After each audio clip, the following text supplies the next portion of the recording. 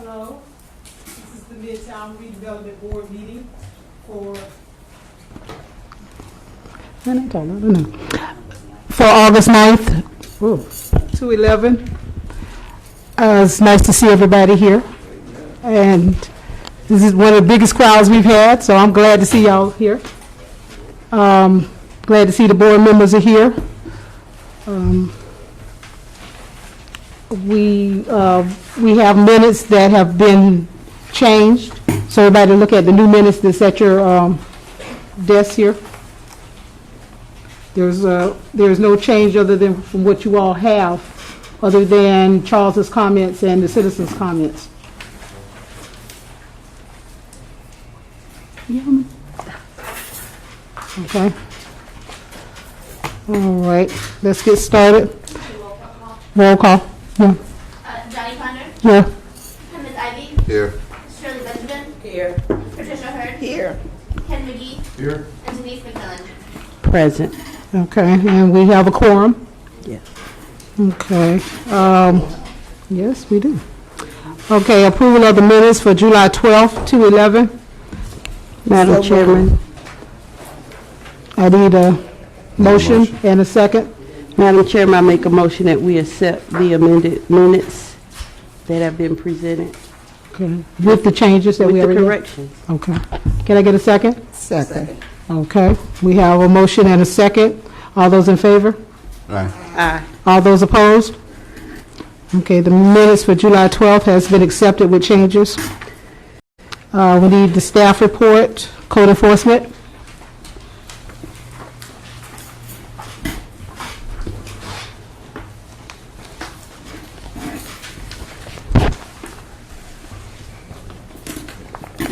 What's this? And let's remember, y'all, we're on TV, so. Morning, members of the board. Hello. Good evening. Code enforcement has, with the assistance and the help with Charles Bryan and Redevelopment, I can't hear you. have taken care of properties that have been dilapidated, graffiti, or they have been unsightly. There's a property here on McLeod that code enforcement took care of the graffiti. Also on Jefferson Streets, Okay. this property has been boarded up. Also, vacant lots have been attended to for high grass and weeds throughout Jefferson, Lane, Fulton, and Rose. Those areas have been targeted for high grass and weeds and been attended to for mowing. Madam They've been Chair, mowed? Have the grass been mowed already? Well, if there's an active case or there's a queue for the lots to be mowed. Some of them have been mowed, some of them still are waiting to be mowed. Okay, go ahead, Denise, I'm sorry. never mind, it's up. It's up. Okay. Could you go back to 517 McLeod Street? McLeod. McLeod? McLeod. Is this over by Joe Harris Park, the property? Yes, Okay. it's the vacant property. This property is owned by a resident or out of town? Out of town. Okay. Oh, out of Daytona. Yeah, in Orlando, yeah. And he's willing to work with the city, or is a demo? Well, we're trying to see if we could get a demo. I don't believe he's willing to demo the property. Charles Bryan, I believe, is trying to work with the homeowner, or the property owner, I should say, on demoing the property. This property, 213 Garden Street, was boarded up. It was a burnout. We're in the process or trying to get in contact with the owner to see if we could demo it. Also working with Redevelopment on making that possible. This is a great. The Lincoln Street property has been demolished thanks to Redevelopment and Charles Bryant making this happen. This is how it currently looks today. Looks great, wonderful. A lot of what code enforcement is trying to do is remove a lot of dilapidated vehicles, unlicensed vehicles in the area. Currently, there's commercial box trucks on 110 MLK, which we're working on to remove those vehicles. There's been numerous vehicles that have been towed or voluntarily removed throughout the Midtown area. And also the blight, which is the vacant lots, a lot of vacant lots in the area that we're trying to obtain mowed and maintain with the trash and debris on these vacant lots. So that's our main objective, and hopefully we can obtain voluntary compliance from the out-of-towners. Okay. So that's where code enforcement stands currently. Is there any questions, board, of Mr. Lopez? Okay, go ahead. Mr. Lopez, on the, it's not in this here report, but status on the houses on Martin Luther King down by South Street. Use your mic. Do you mean the ones that are being demoed? It's 3 of them that's currently being demoed. And as we pass by that site, I think that's been going on now for well over 10 days. What's been the time frame on that? It hasn't been 10 days. It's been less than a week. It's been about a week? Yeah, it's been a little less than a week.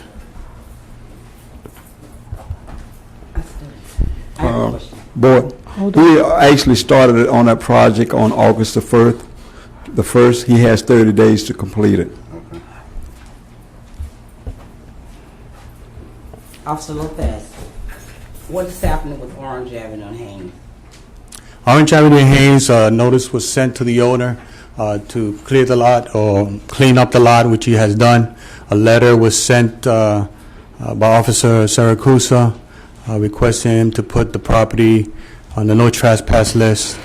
As far as the code enforcement issues, there has been addressed. Anything further than that will be with law enforcement. Thank you. Madam Chair, one other question. Yes, go ahead. On the houses that we currently, that we got boarded up, any of them scheduled for demolition?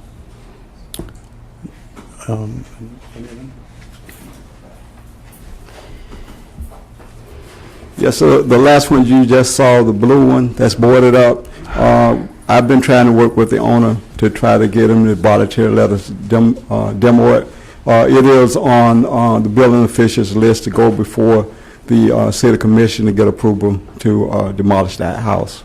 We do have several more that's on the list. I don't know, I couldn't tell you the addresses right at this point, but I know Mark Criswell is putting together a list that will go before the city commission. What's that, 210? Okay. Because, Yeah, 210 College Park is a volunteer, the owner is working with me, and they've signed a voluntary release for us to demo the house. because some of the things, Reed, when we, as we work through the master plan, some of the things that we're looking at when we start getting into the design phase, on the, especially these main corridors, is something we really need to be paying close attention to also, because that's probably the areas that we're really trying to concentrate on the most, are the main corridors. Well, the main corridors are being attended to daily, especially with the sign issues. We're getting a lot of signs posted on trees or poles, which I'm trying to get in contact now with, I guess, the Coliseum here. They're having a lot of activities there, and they're posting signage throughout the main roads, MLK, MMB, which is the main issues that we have with the signs. I have another question. Yes, go ahead. Mr. Lopez, Officer Lopez, the signs that say we buy junk cars, from my understanding, they are not supposed to be in Volusia County. That's correct, in Okay. I just wanna make Daytona. And are you all the ones that pick them up, or is somebody else in the city picks them I up? pick them up. Okay. And when they strapped on poles, I remove them from the poles and stop signs and so forth. I have a question. The signs that advertise dances and everything in the community, they're stapled on the utility poles. Do you remove those? All signs that are on the right-of-way on poles, I remove them. My question also is, signs are being placed there by certain people, certain groups, if you read the signs as you take them down. Could something be done there? Like I said earlier, I've been trying to get in contact now with the Coliseum here, since they have these events, and inform them that they cannot post them throughout the city. You pick them up, you make a round, you come back again, and they're back on the poles again. And so it's tedious. It's an ongoing That has effort. been going on for several years, so what is the next I've only been step? here 8 months. Madam Chair, So could a letter from the board be sent to the establishment telling them that there is a code, a sign program in the city that they have to meet? I mean, a lot of times we get frustrated with people that do things and they do them honestly, not knowing that there are laws concerning, we have a signage program. So I think as a board, before we waste time running around tearing signs down and trying to stop people, just a nice letter stating that there are laws concerning signage in the city, and either we send them a copy or tell them that it's available for their use. And I mean, if we educate them, it probably will stop the problem. I would think that it would probably come from somebody else in the city instead of, city official, I rather than understand our that. board. Because it's wide, it's for the Widespread, city. yeah. But the majority of the signs are placed in our neighborhood. I see signs all over, not only in Midtown. Signs are posted all over. So it would come, to me, it would come from the city. Reed? I mean, people are coming from other communities into this town and putting those up. There's no way really we're going to probably get people. It's one of those things where we just have to enforce it and keep after it. And I think we've got a better system in place to do that, and they're fairly active in moving them out. As long as we're doing our job, you shouldn't see as much of it. Okay. All right. Any more questions, board? Okay. Keep up the good work, Mr. Lopez. Thank you very much.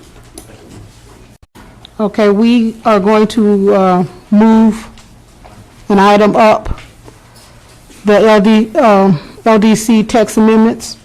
We wanted that moved up so that we can talk about that. So.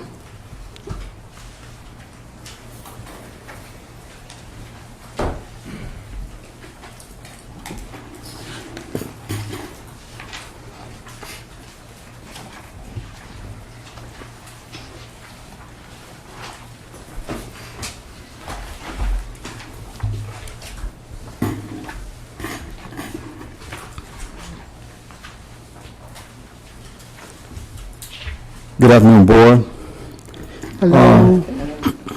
At the request of the Midtown Redevelopment Area Board, staff initiated research as part of the application for a text amendment to prohibit car washes and convenience stores. Staff is continuing to gather information and conducting research in order to bring back a recommendation for a text amendment to prohibit these car washes, and recommendation to the board presented at the September 13, 2011 Midtown Redevelopment Area Board meeting.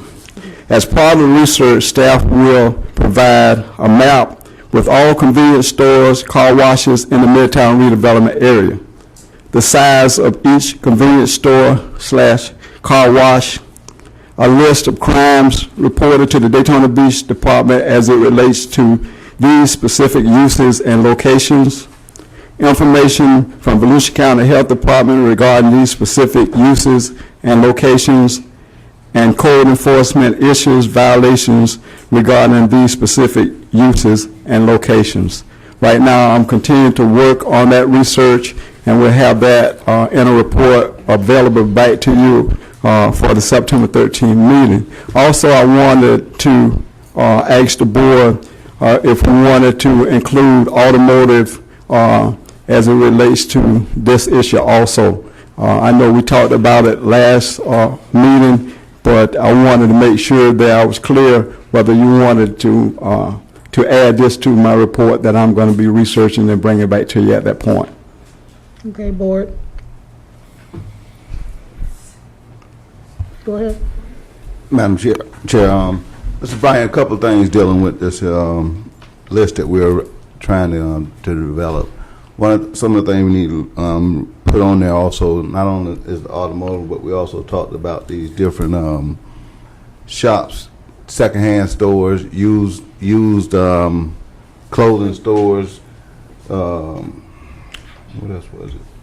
That list that we did last month, I think we need to bring it to the forefront also, and go through the list thoroughly and make sure that we have everything on that list when it comes back that we talked about in the last month meeting. Matter of fact, we had the vehicular light service, the outdoor storage, package stores, used clothing sales, used furniture sales, and vehicle sales. Okay.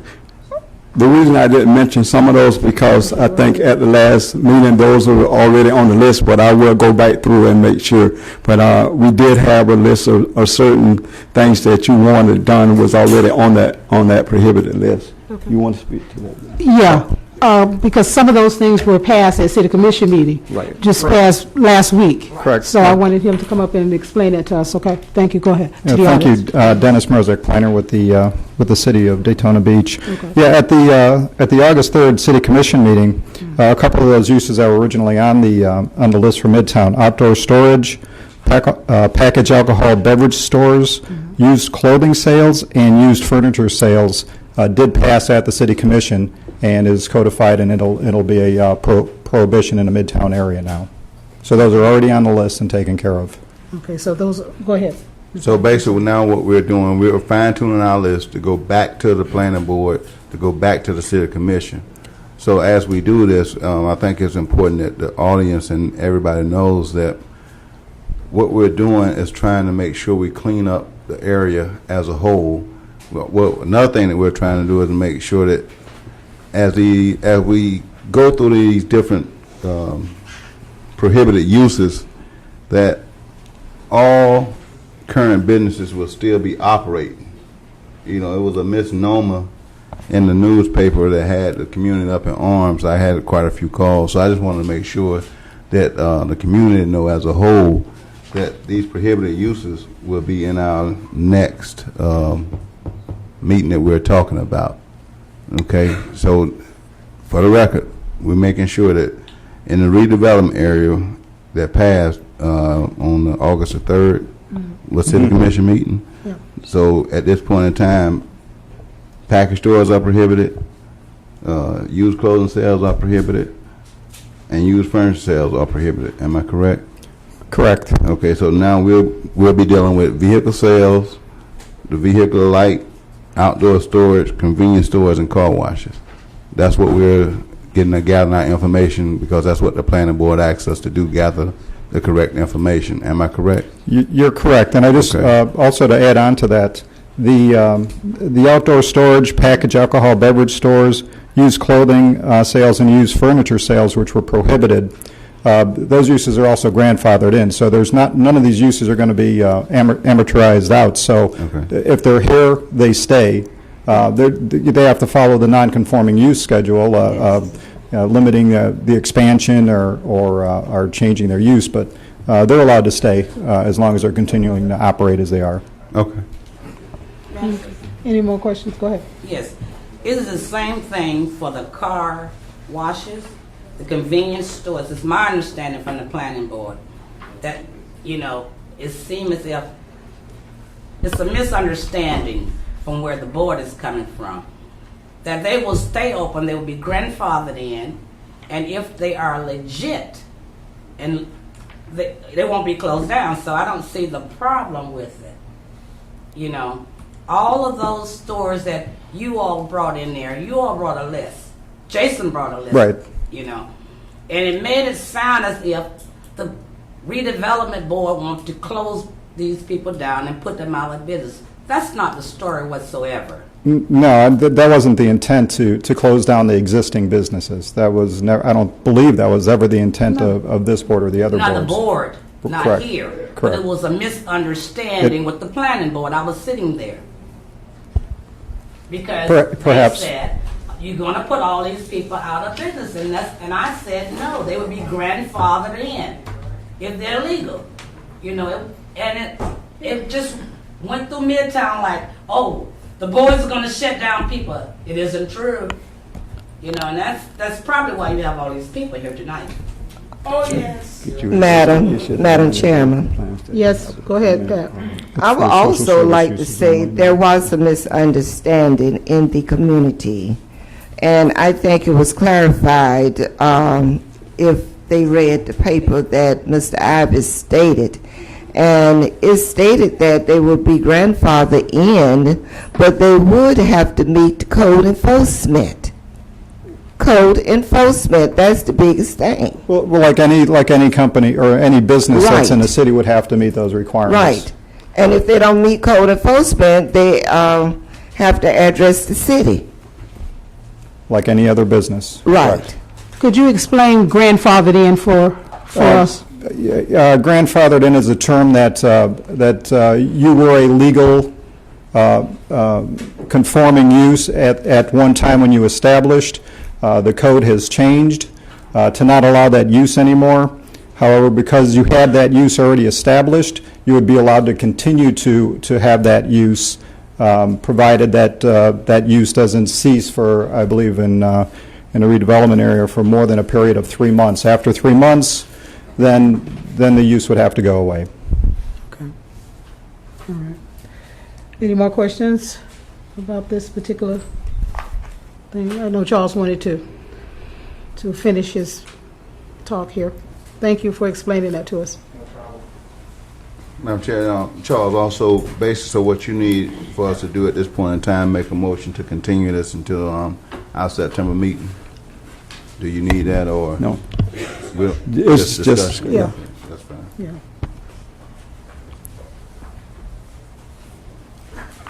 Okay. Go ahead, Mr. Brown. You have any more questions for me on that? Oh, okay. Any more questions? Go ahead, Denise. So are we going to decide now if we want the vehicle sale to be included in that list? Light Mike, vehicle or please, vehicle? so they can hear. Are we going to decide at this time if we want to add the car sales to that list? Automotive. Automotive. Okay, we can do that. That was his Question? original Okay. concern. Okay. All those in favor of We need a adding? motion. We need a motion. We need a motion, but we need a motion to add that, Is the it automotive. services, Mr. Bryant? That's what you said, automotive services? Yeah. So when we Wait. add, if we add this automotive services, therefore will we turn around and make sure we have the correct verbiage on what automotive definition. service? Yes, correct Okay. definition on automotive service, so it can be clarified. Is that used car sales in that, or to make sure I was reading it right? On our definition, let's make sure that when it comes back, if we add automotive services, that it includes the things that we're basically concerned about. We had an issue with that property on Franklin Street that was supposed to be stereo tint, Okay. that turned into stereo tint automotive sales. We haggled for a while with that investor, and right now that property is vacant, abandoned, closed. Oh, it is? And it's been closed now for about 2 months.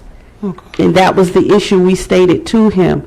If this is your business plan and this is what you're presenting to the city and this is what you're going to be licensed for, do what you're licensed for. But when you come and you start selling cars on the property and then in 2 months you're closed, here we are again with another empty property Yeah, that's not increasing our tax base. okay. So light vehicle, motor vehicle, auto sales, we need to make sure that when we put this in our land development code that we're specific, because we have a lot of businesses that say they are convenient, but when you go in, it's also convenient sub shop / light apparel shop. You get a license for one thing and it turns into another. Okay. And let me say this, let me say this. And I may be out of order.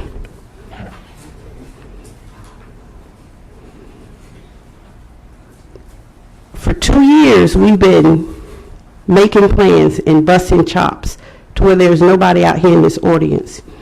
Coming in tonight, I heard about urban renewal, who was responsible for it, what it did to the community.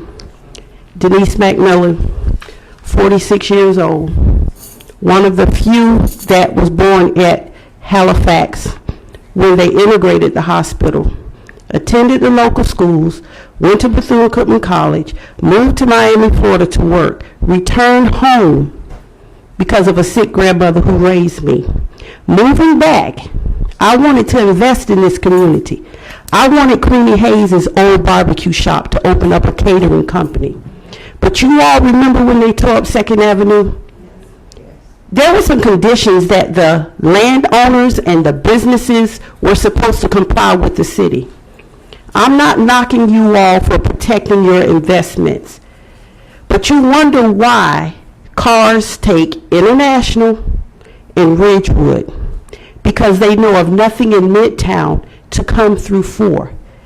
When I went in a building, my father had a young man inspect it. He cut a hole in the wall. He said, Matt, come here. She can open up, but if one toilet backs up, one sink backs up, I promise you, what you invested, she will double it in plumbing repairs. I know the conditions that the city laid out for us to meet that construction on 2nd Avenue, which is now Mary McLeod Bethune. What has changed since I left Daytona Beach? Nothing. In the Midtown redevelopment area, it looks just like it did when I used to walk downtown to mainly 7th grade center. When I used to go to Campbell Junior High. Then I went to Mainland. Now I'm right in the heart of Midtown, Mary McLeod Bethune. I can remember the weekends. The college would have the Temptations, the Gypsy, all this stuff I hear, but I remember because we stayed. Urban renewal did some things, but it's left up to us to invest. If you had $1 million and you had $1 million, be honest with me. Would you come to Midtown and invest? No. I got up Saturday morning to get a car wash, and not one car wash was open 8:30 to 9:15. Those are business hours for me. But then there are businesses around here I won't go in because of the characters that hang around, because of the deplorable conditions that I have to hold my children in my lap because we have nowhere to sit or the bathroom is out of order. I try to support Midtown, but you can't fault me when I take my dollars elsewhere because you don't invest back in your properties. I commend you all for coming. I commend you all for having an interest in a misread newspaper, and I thank James Harper for the article, and I thank him for the second one. Now that we have an understanding, no one up here on this podium is trying to close a business. What we're telling you and what I did when I stood on the corner of Orange Avenue and Keith Street, and between 9 o'clock and 11:30, I counted over 1,000 cars that turn off Nova Road and head to Beach Street and across the river. There's not one coffee shop on Orange Avenue. Donut and coffee? There's not one diner for breakfast on Orange Avenue in Midtown. Now, after we cross the railroad track, it's a different story. The phone calls I received, I'm public record. You can get my number. You can stop me and talk to me. We need to be adults. Be man and woman enough that if you call, address yourself. Don't threaten me.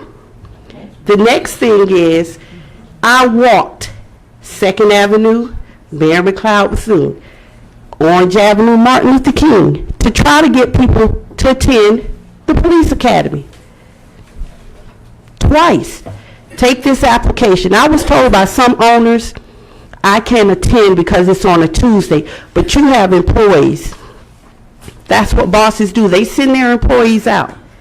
We had a citizens academy where you come and you learn It's still going up. Every responsibility that the city has to the people that live here. There's a petition going around. For what? We need to get a mirror and look at it and say, as a business owner, as a citizen of Daytona Beach, what can I do to improve my business?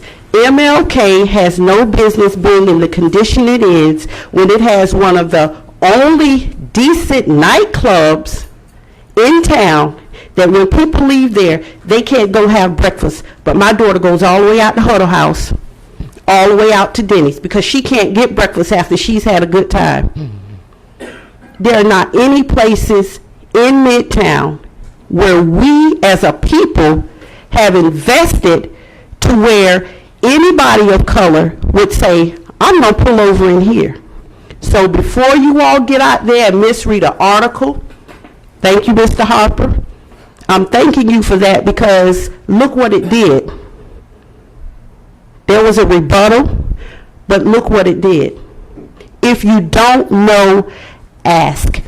This place has been sitting here. People get paid to pull records. If you don't know the vending license, if you don't know the permitting license, as long as we do this, we accomplish nothing. But we need to educate ourselves on what it takes to be in business. And when you're in business, think about someone close to you to say, if my wife said she was on her way home to get a car wash or she was going to stop in and get something to eat to bring home, would she stop? I'm going to be honest. I have been called names because I wouldn't give a panhandler money in front of establishments. I go inside and say, hey, I was just disrespected because I wouldn't give somebody outside your store a number. But then I'm wrong when I call the police. And remember this, when we finish with this, every police call that has come to an establishment, any type of violations, it's listed, it's public record. So don't say the city, the police. It's called being accountable for what you've invested in and controlling what goes on around. A lot of you probably want to come to the mic tonight and address your concerns. I'm addressing this. I probably should have waited, but I know a lot of people are going to hear things and then they're going to leave. But as a board member, I could choose to move anywhere, but I'm going to stay in Midtown. All I ask is that if a city digs up a road and puts new plumbing in and tells every business person on that street, you must comply and come up to code. But a year later, I want to invest, but I can't because the owner of the building did not comply. So where are we now? We don't have money. We don't have this. You may not have a lot, but you have something, and that's where you get friends to invest with you. Business plans cost a lot of money, but they cost money because they're supposed to work for you. Thank you, Madam Chair. Yes, Ms. McMillan. All right. We see City Commissioner Henry way back there in the back. Want to let him know, hey, we're happy to have you. Dr. Phillips from the Health Department. Sorry I didn't recognize you earlier, but we have a lot going on tonight. Okay. I'm trying to make a motion that we Yeah.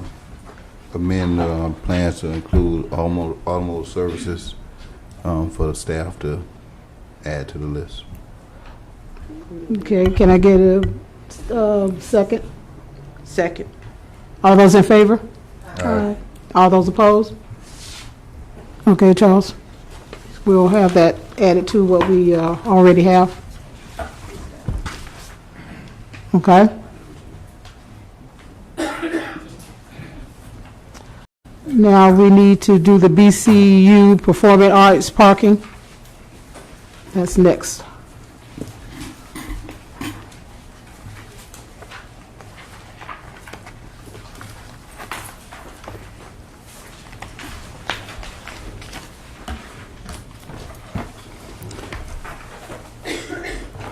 Board, this is a request by Mr. Parker Menchenberg of Parker Menchenberg and Associates Incorporated on behalf of Bethune-Cookman University. This is the Performing Arts center parking lot, 90 spaces. It's located at 618 West International Speedway Boulevard. Bethune-Cookman University is proposing to expand an existing parking lot on the campus next to the Performing Arts building located at the corner of North Lincoln Street and West International Speedway Boulevard. The applicant is proposing to add 62 parking spaces for a total of 90 parking spaces.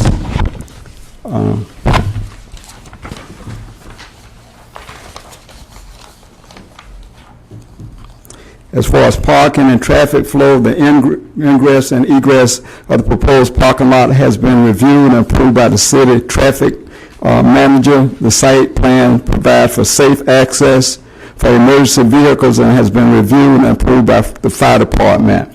Landscaping, in the packet, there's a landscape plan that deals that detailed the proposed landscaping improvements. As far as signage is concerned, there's no signage proposed as part of this project. The design guidelines and requirements for redevelopment districts, the applicant is not proposing any new buildings or public plazas as part of the site plan. Design standard in Article 12, Section 2.1 of the LDC provide criteria for proposed buildings and public plazas. Design standards do not apply to this particular project.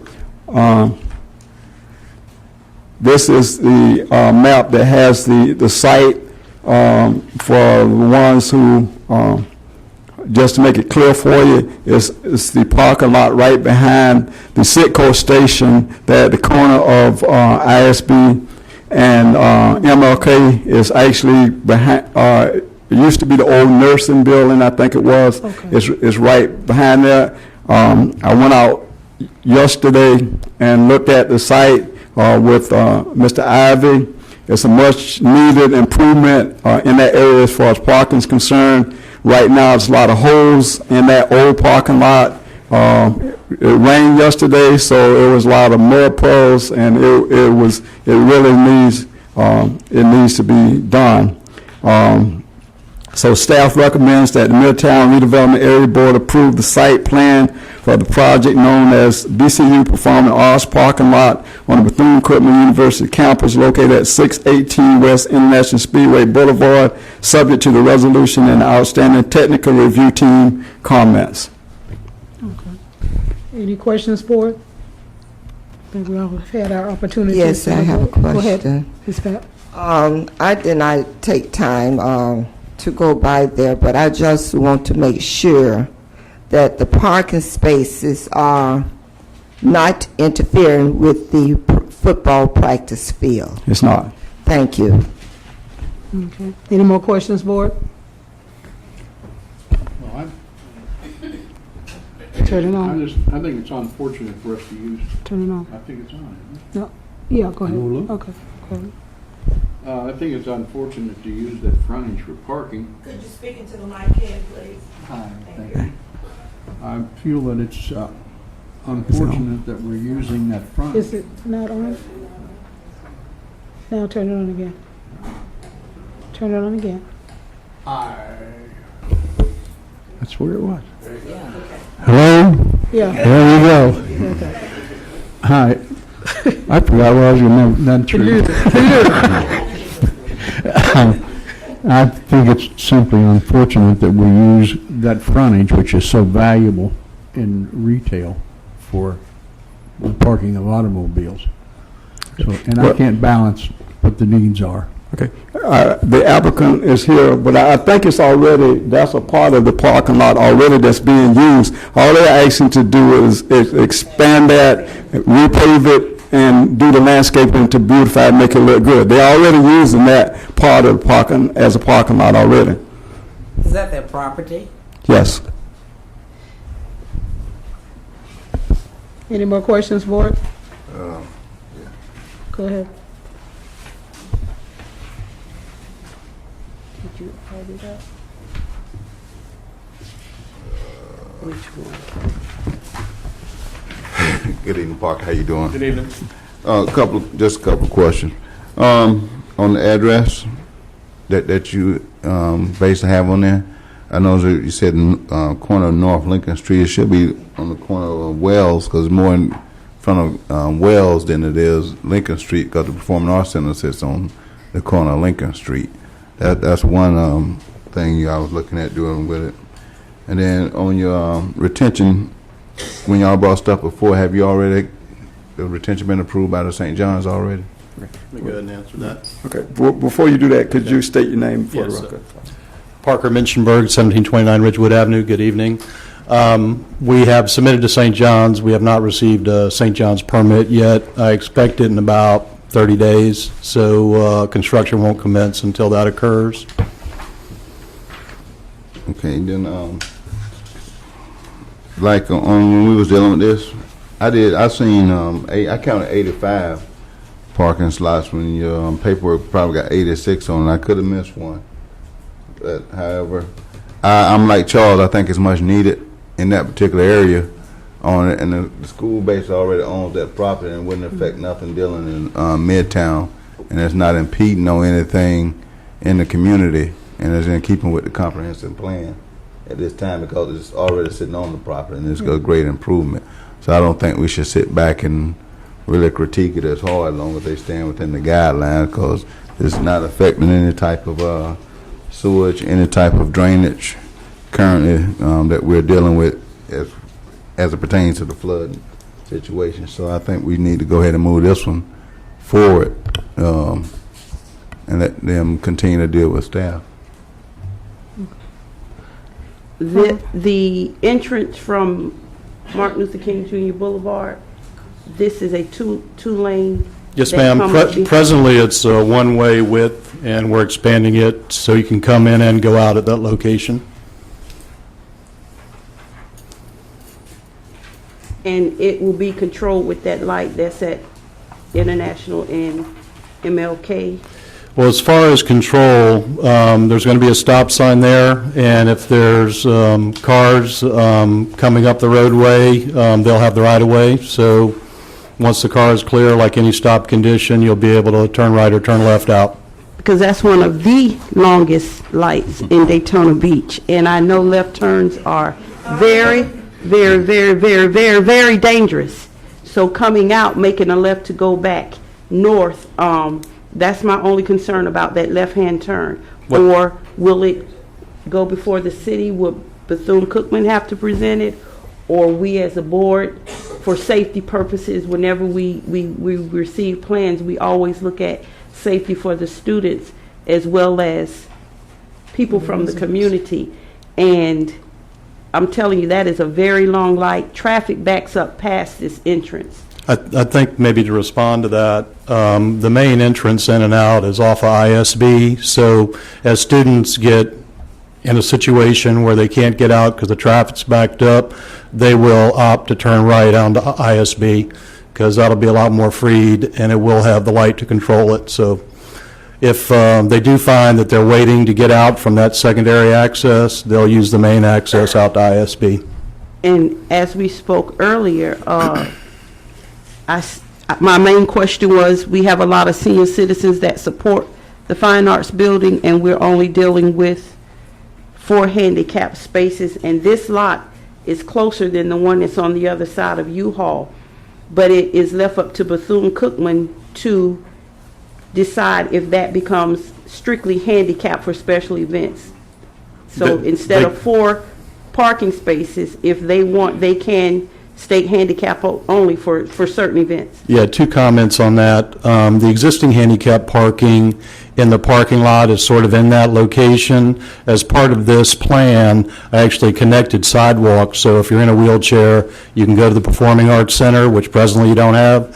And if they cared to put up some cones or do some additional temporary handicap parking, they would do that. But we actually exceed what's required by 1 spot. 3 is all that would be required for this lot. Okay. Thank you for the landscaping and the trees. You're welcome. Any more questions? One other. Go ahead. Parker, when you, whichever contract that you decide to use on this one, again, this is on Front Street, coming through our community.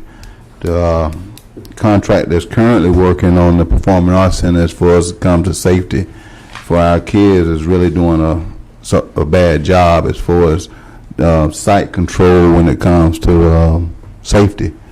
The silk fencing is constantly torn down. Grass is constantly high. I would hope that whichever contractor get this particular job keeps it like they kept the Reinhardt Center. It was when they did that one, it was fenced off. Kids couldn't run up in it. It didn't affect the community. And again, by this being on Front Street, it shows that hopefully we can get the same type of treatment that they do in other communities, such as, for an example, if you went on the Powell Center, the way that contractor fenced it off and is in compliance with code. I would hope that, because it's your second time coming up here with us with a project, so when you sign off on it, I would hope that you would help the contractor enforce and give us a better standard when it comes to the safety of our community and the kids. Maybe to respond to that, we do know who the contractor is. He's with me tonight, Tim Hudson, TDH Construction, who did the dormitory project. So we know who the contractor is, and I'm sure he'll do a great job for you. Madam Chair, I make a motion that we approve the site plans to move forward to staff. Can I get a second? All those in favor? Aye. All those opposed? Okay, Thank you. Thank you, Charles. thank you. All right, we're going to move on to the grant program.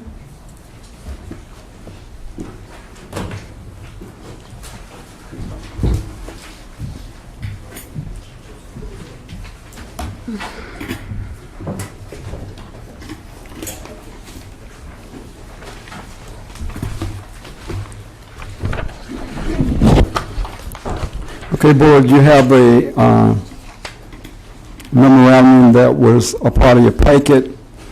This is in regards to business incentives and grant programs. I'm not going to read the whole memo. I'm just going to hit the highlights as it relates to the grant programs that we presently have and the ones that we're proposing. The grants, as you know, was approved back in 2009 by the city redevelopment boards and presented to the Daytona Beach Community Redevelopment Agency. It approved the grant programs to be to provide additional incentives for businesses and redevelopment areas as tax increment revenues continue to fall within each of the redevelopment areas. The limited available funds necessary necessitate focusing the business incentives and grant programs to minimize the benefits of redevelopment area. We've had in this report, staff is proposing that the following changes be made to provide more effective and efficient programs. The first one is limit the commercial facade grant program to visible exterior improvements. Interior improvements, mechanical replacement, AC units, and roof repairs will no longer be eligible. Limit the residential facade grant program to homestead properties, which are owner-occupied properties. Provide additional benefits for individuals willing to purchase existing residential rental properties and convert to single-family homeowner properties. Only taxable commercial properties will be eligible for the facade grant program. Churches and other non-taxable properties will not be eligible. Focus to business incentives, business facade, leasehold improvement, and lease subsidy to attract new retail businesses to the Mary McLeod Bethune and Martin Luther King Boulevard's traditional business districts in Midtown.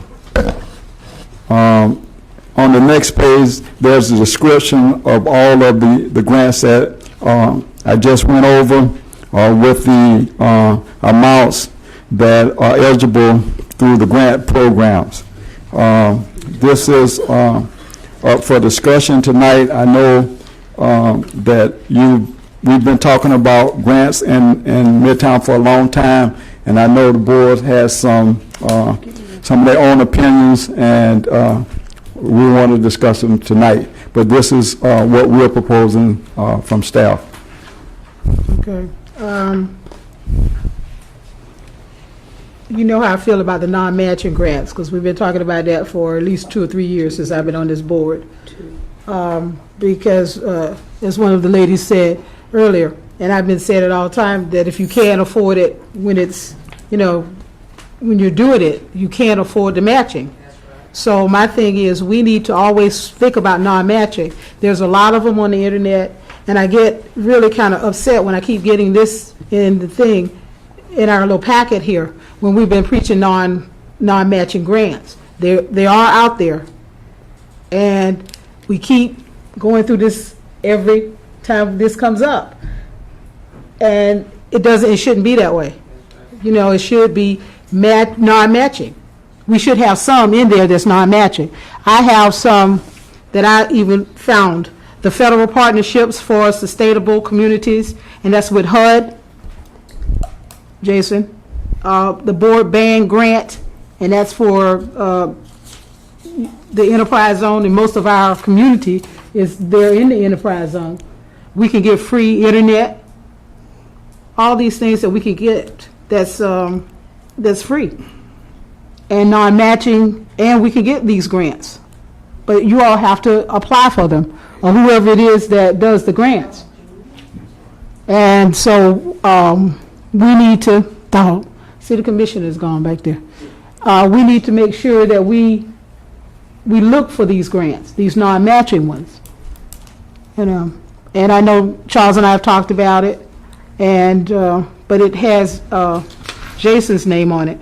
So what we need to do is see if we can look for non-matching. And if you're going to bring this non-matching on here, not matching. So we need to work on that really hard. And most of these different things here that you say that the limited facade and stuff, that's not going to work in our community. We need to have those different things on there, I feel. And because we need to make sure that we can get, people, old people, we need to put the paint program in there so that you can have paint. Also, someone told me that you can get paint for different buildings that anybody wants to do from Waste management. Waste management. I didn't know that, but you can, and it's free from what I understand. The landfill. Okay. So that's some information for everybody. But this is not going to work for our community right now, I don't think. And we need to go back and refurbish this again and bring it back. Any more comments, board? Yes. I think we have addressed this before, and we have asked the administrative staff to go back and do this. And they are still not applying with us. Why they are not working with us, I do not know. Mr. Jeffries, may I ask you a question, please? Is it possible for you to give us a time limit when you can check into non-matching grants for us? If you're the one who's in charge. First of all, I guess I don't understand the question. I mean, you're talking about federal grants. Are you talking about grants that the city will apply for programs that are administrated by us? Because these grant programs are the grant programs that we provide to landowners in the redevelopment area. And I understand you want to have non-matching grants for those people, and you can certainly make those recommendations when that comes back. And we'll put that in the minutes and pass it forward to the CRA. I thought we had made those recommendations We've made at last least year. 3 or 4 years that I've been sitting here. Well, but they've not, the information got forwarded up to them. These are the grants that were approved by the city commission. Okay, but did you do any talking to them to find out why they did not accept what we had said? I don't know if Reed wants to step. I think this is the opportunity to just go back, because we're just tooling up for going back to the CRAs with a new revised grant program. Madam As you Chair. know, we Hold up, everybody, hold up, let him talk now. Go ahead. As you know, we used up most of the funds that were in the redevelopment program, and we were able to replenish some of those funds to meet our obligations that were made up to about March of this last year. So what we are, in other words, that matching grant in Midtown and in Main Street and elsewhere, people were using it, and there was there was a great demand on the dollars that we did have. So when we exhausted all of those funds, said this is the time to go back and look at where we can, as we had said we would do when we put these new programs in place, look at revising all of these programs. You know, we have one that's that original facade grant that's pretty old, and it needed some changes because there's some things in there that, we were fixing an air conditioner or we were fixing a roof, but we never really fixed the facade and some of the other things. So the question was, what if the whole point of redevelopment and what you do with those funds is to make a difference on the visual look of our community? Some of the things we were doing with that money weren't necessarily getting that part accomplished. So that was one thing we were doing. This is, again, through all the redevelopment areas. I think going back to your questions about can we make it a 100% grant, no match at all for certain segments, that's what we're hearing. So that's what we'll come back with. We'll do some additional research to find if there's some other people that do it. Otherwise, we're going to go back with your recommendation and take that forward to the CRA, which we have not come back to yet. But the question that I have is that we've been talking about this for a while now. Right. At least I've been on this board 4 or 5 years, and I've said this 4 or 5 years every time. If I had a recorder, I could just press it and play. Don't go anywhere, Jason. We need to have that. We really do. We really need to have the non-matching. And for one, I'm tired of saying it every month. Every other month we say it. And you keep saying, we got to go and we got to do this. Okay, that's fine. But you said that last month, not month before. But nobody is getting the non-matching. And Reed, it's on the internet. It's not like it's, it's hiding out somewhere. It's really there. It really is.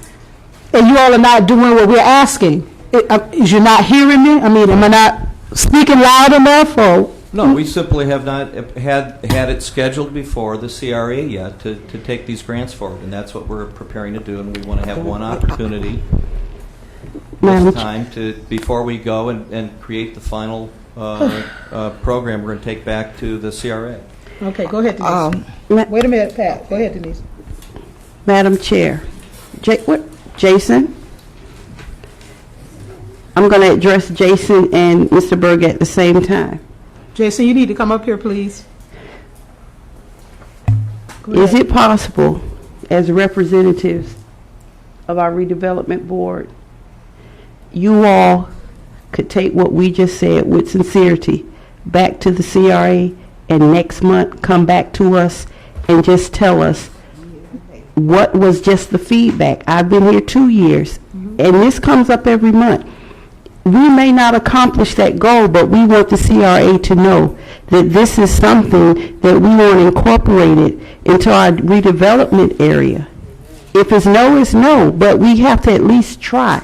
I believe that's what the board is asking, that if we're discussing it month after month, that when you go to the CRA, would you please address the concern? And even if those grants that she took her personal time to pull up can't be incorporated into what the city offers, how can it play into being a part of our redevelopment area outside of the matching grants that the city offers? That's all we're asking, is that you take what we want to incorporate to the CRA. And if they can't do it, we can accept it. But it appears that we're telling, but it's not being vocalized in the CRA. Madam Chairman. Yes, go ahead, Pat. And by staying away from our meeting is not telling us anything. This came up before. I hate to put you on the spot, Mr. Jeffrey, but this came up before, and you were not seen for several months for some reason, and you still have not brought the answer back. Madam Chair. Go ahead. Reed, I think what's needed, Jason, this is what we have been talking about too, and I always express this. Midtown redevelopment area is different from other communities and other redevelopment areas. Our needs are different. When we have senior citizens that barely can afford medicine, we got to make sure these senior citizens still remain, because my mother probably been paying taxes well over 40-something years in our community, and to tell her, should her air condition break down, that we have no assistance for her, I'll have a problem. Thank God she got kids that's able to come in, but everybody doesn't have that.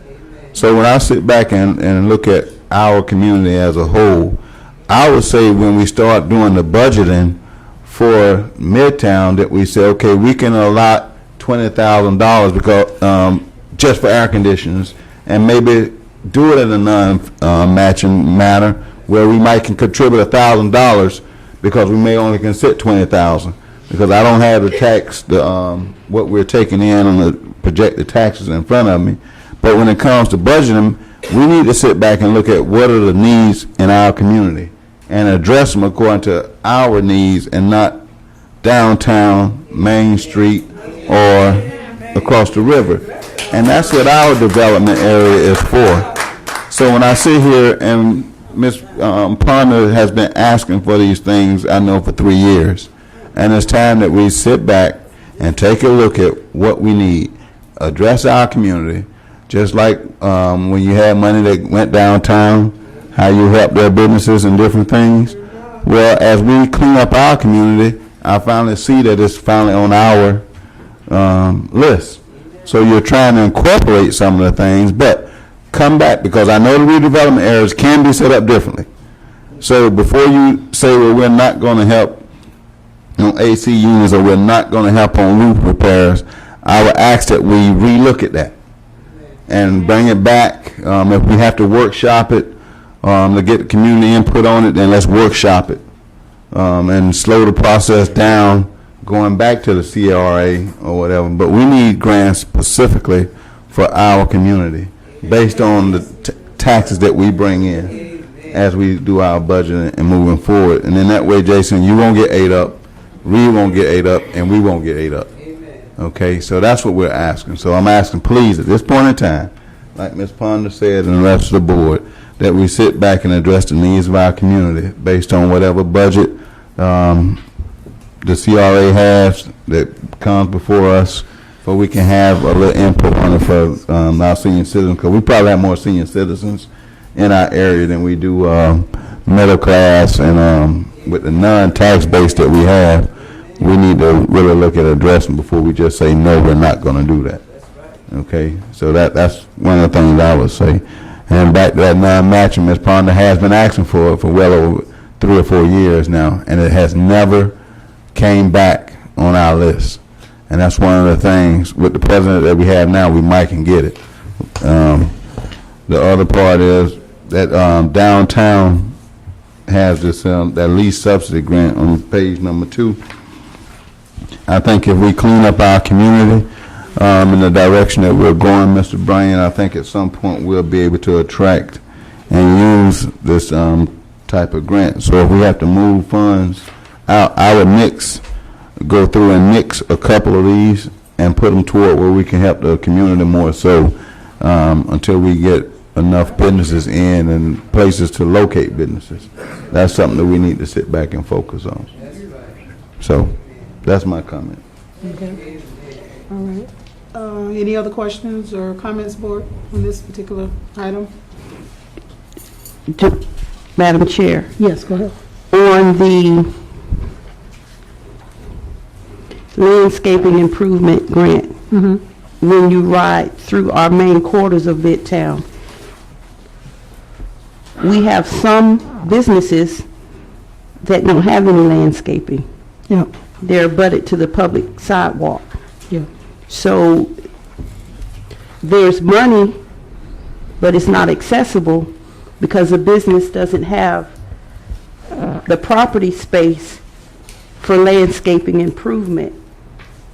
So my question is, with that being budgeted, how can business owners assess that money for improvements outside of the other grants? May I just make a suggestion that, and what's happened out there on property on ISB is that we've actually encouraged the property owners, some of those property owners that have gone in there, to actually take what they had asphalt that went right up to the curb there, and said, would you, instead of having come up the sidewalk, take some of that asphalt out and use this grant to put in the landscaping, and they did do that. And so there are signs of that, and I know that Mr. Bryant is out there marketing that program and trying to encourage others who could take some of that paved area that isn't critical to parking and use that for landscaping. So that's one way to use that particular grant.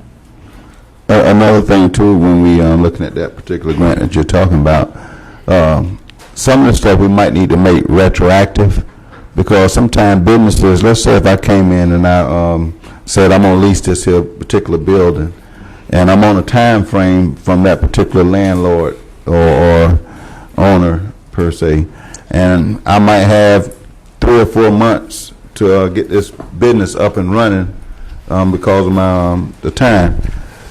So if I got the funds to come in and do that, but I know this is a grant, it may take us longer to get it through the city, or let's say we run out of funds when I'm applying and working on my business. We need to make sure that these particular grants can be retroactive and say, look, I've applied and I'm going to go ahead and put my money out and get it done, but I want approval pending funding. So that's another thing that we need to sit back and look at. That may also help us attract businesses into our area also. So that's something when we looking at doing these grants, that we can try to make something retroactive, rather it's a 6 month period or a year period. You know, if they came and located in our area and they had against a time frame, we need to sit back and look at that also. I just want to clarify. So it's you're looking for retroactive, being able to reimburse a property owner for what they've done. Yeah. We'll look at that. I think we've had some issues that are legal going through that, but I will try to get you a clear answer for our when we bring back what we're hearing here tonight, and we'll return with a final product. Okay, when will you return with that? The intent is next month, so we can get it on the CRA docket. When is the next CRA meeting? We have one, I believe the quarterly is already scheduled for the 6th. It's the first Wednesday in September. So then this item basically need to be continued on the CRA because it won't be back before the Midtown Board prior to that happening. Right. There'd be a scheduling problem now if we're going to try to get it on to that meeting. So what I would recommend is we do that in our October meeting for the CRA. Right. And we have the same issue with the other CRAs. Correct.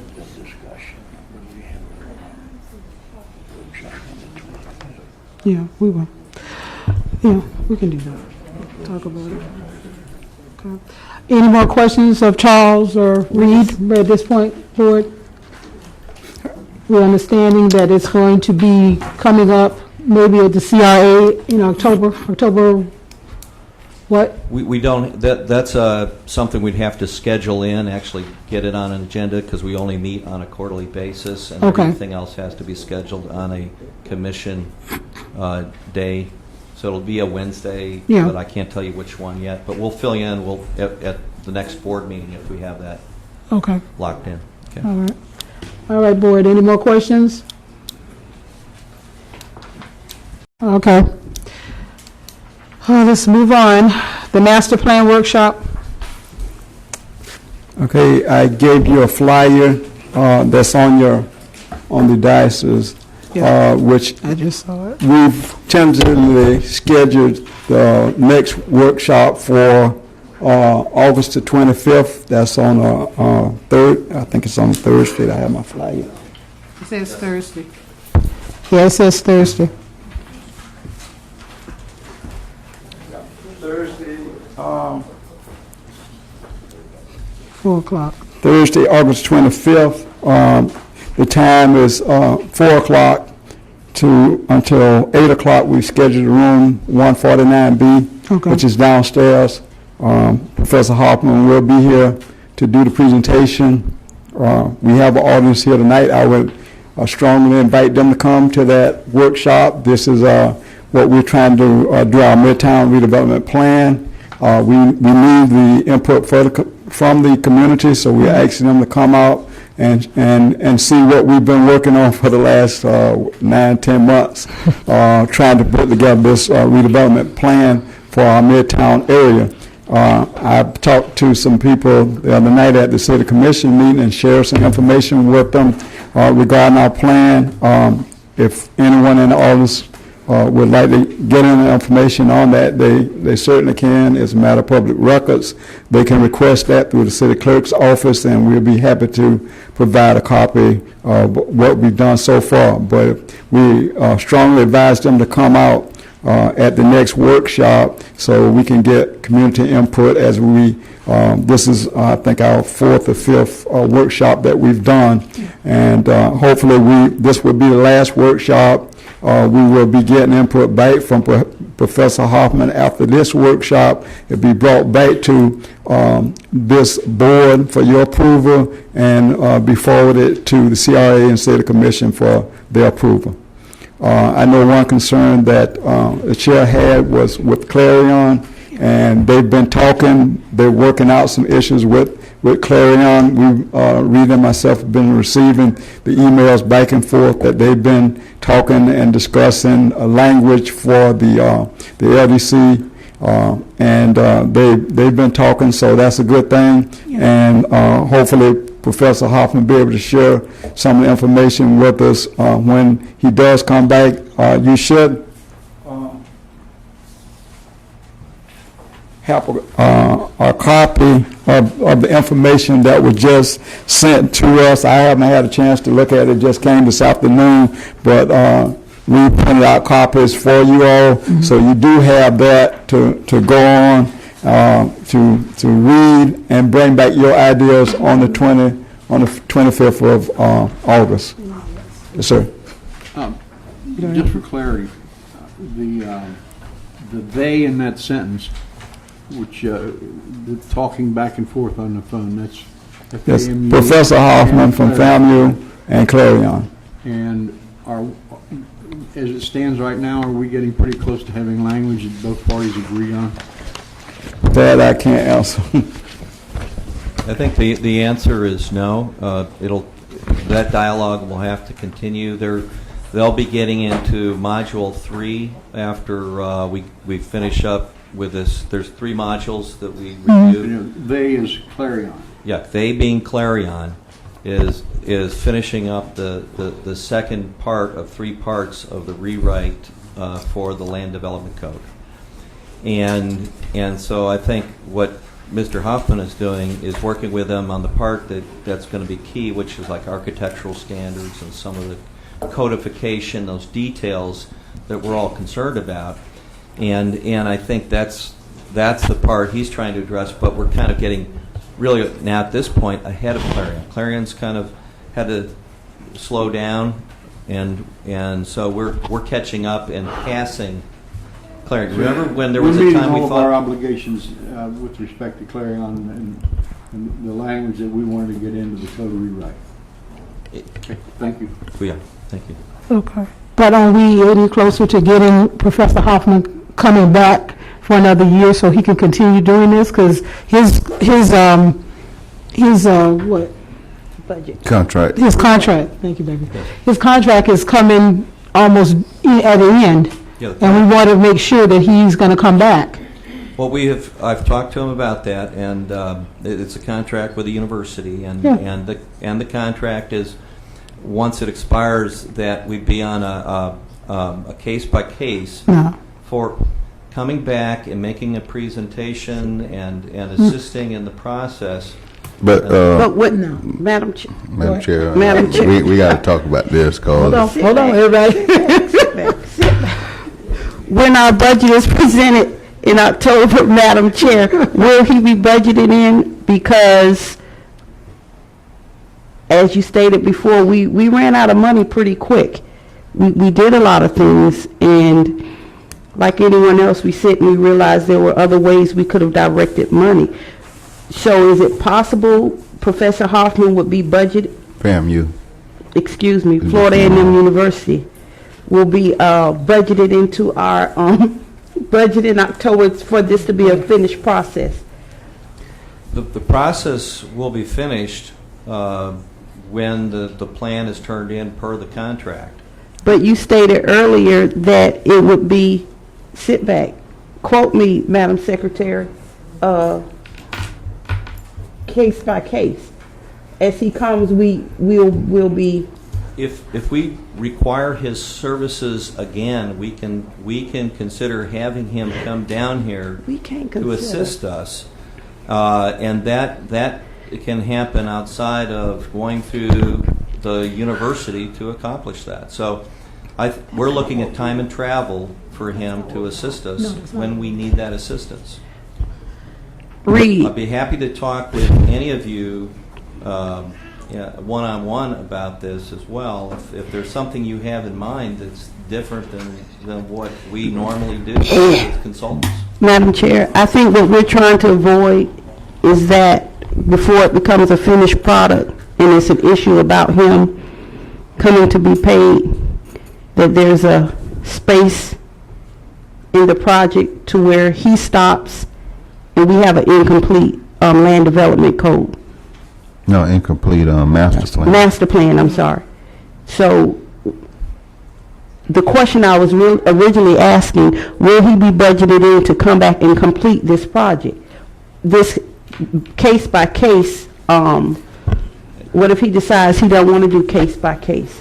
I've talked to Professor Hoffman also, and I think that Mr. Ivers also talked to him, and he's willing to come back and help us. And I don't want him to do case by case. I want this to be a finished project. I want him to be through FAMU. Another thing, we've said again, been saying it for 3 months now, I want him to come back, this board, member Rock. We want him to come back and help us continue with the architectural design standards. I want him to come back and help us with specifics on Mary McLeod Bethune. I want him to come back and help us with, and this needs to be incorporated into his new contract with Orange Avenue. I want him, MLK, I want him to come back and help us with heights and distances when we are doing that kind of thing.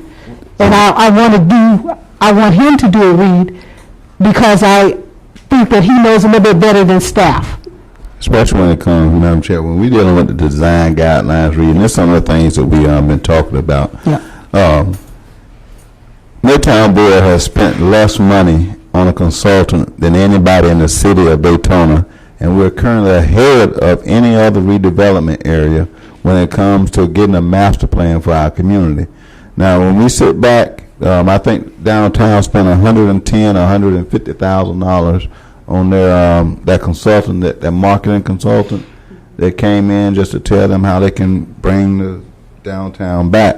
So I think, what was our contract, $70,000 that we had a state-funded school that's supporting our community, which is a HBCU that's required by the state to come in and help redevelopment areas. I would like to go to the CRA myself if we need to as a board and request that FAMU comes back or we extend their contract so we can get the implementation portion of this master plan done.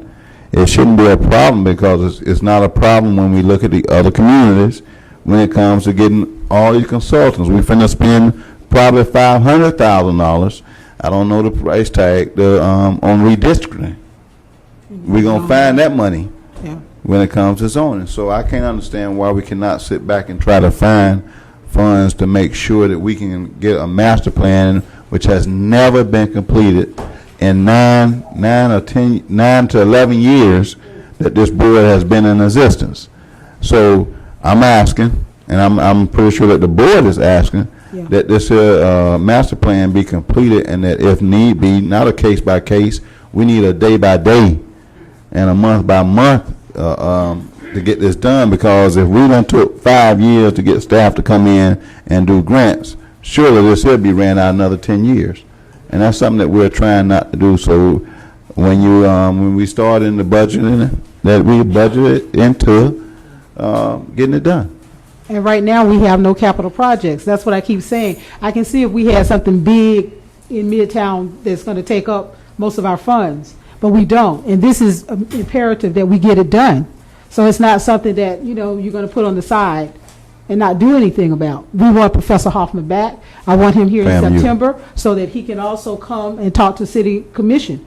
He is going to be here at your September meeting. Mm-hmm. He's going to also be here, and we've confirmed for October, where he's presenting the final master plan. That is the completed master plan will be delivered to you. That is in the deliverables of the scope that we are paying for. So at that point, he has completed everything to give us the tools to incorporate that with the Clarion code. It is also there for the architectural standards. Now, if there's a specific, when we see that plan, if there's something else that we want to implement, let's say on MMB or ISB, there's a project or a corridor, and we want something more in detail to implement, and we can specify what that is once we see the plan, certainly we can talk about how we want to engage somebody to provide that kind of information. But I think we first of all have to see. But Reed, if we already know basically what we've been working on and basically where we're at, let's take for instance, let's deal with Orange Avenue. We'll deal with Orange Avenue. Okay. There has not been one design from the city engineers, staff, or anybody that has brought a design or streetscape or anything dealing with Orange Avenue. The only thing that's been brought to us is where we're always trying to find the money to do Orange Avenue. After 40 years, haven't found it.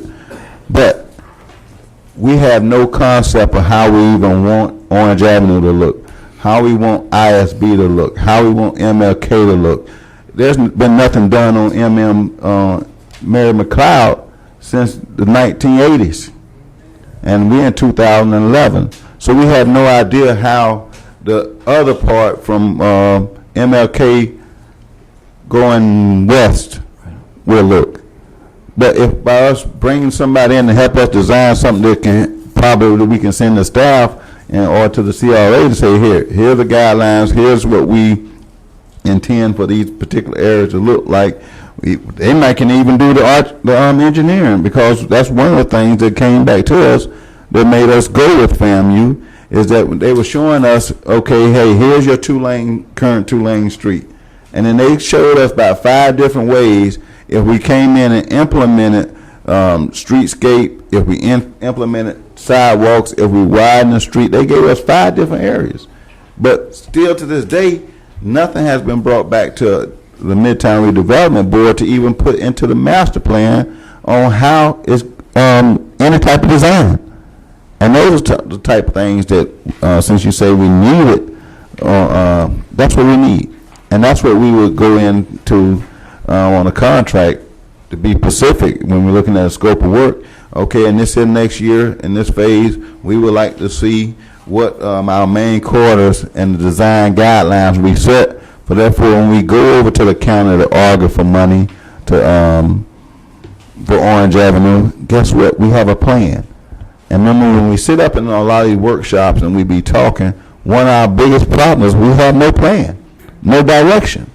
So we can't cut off our neck at this point in time, because we finally got the body moving forward.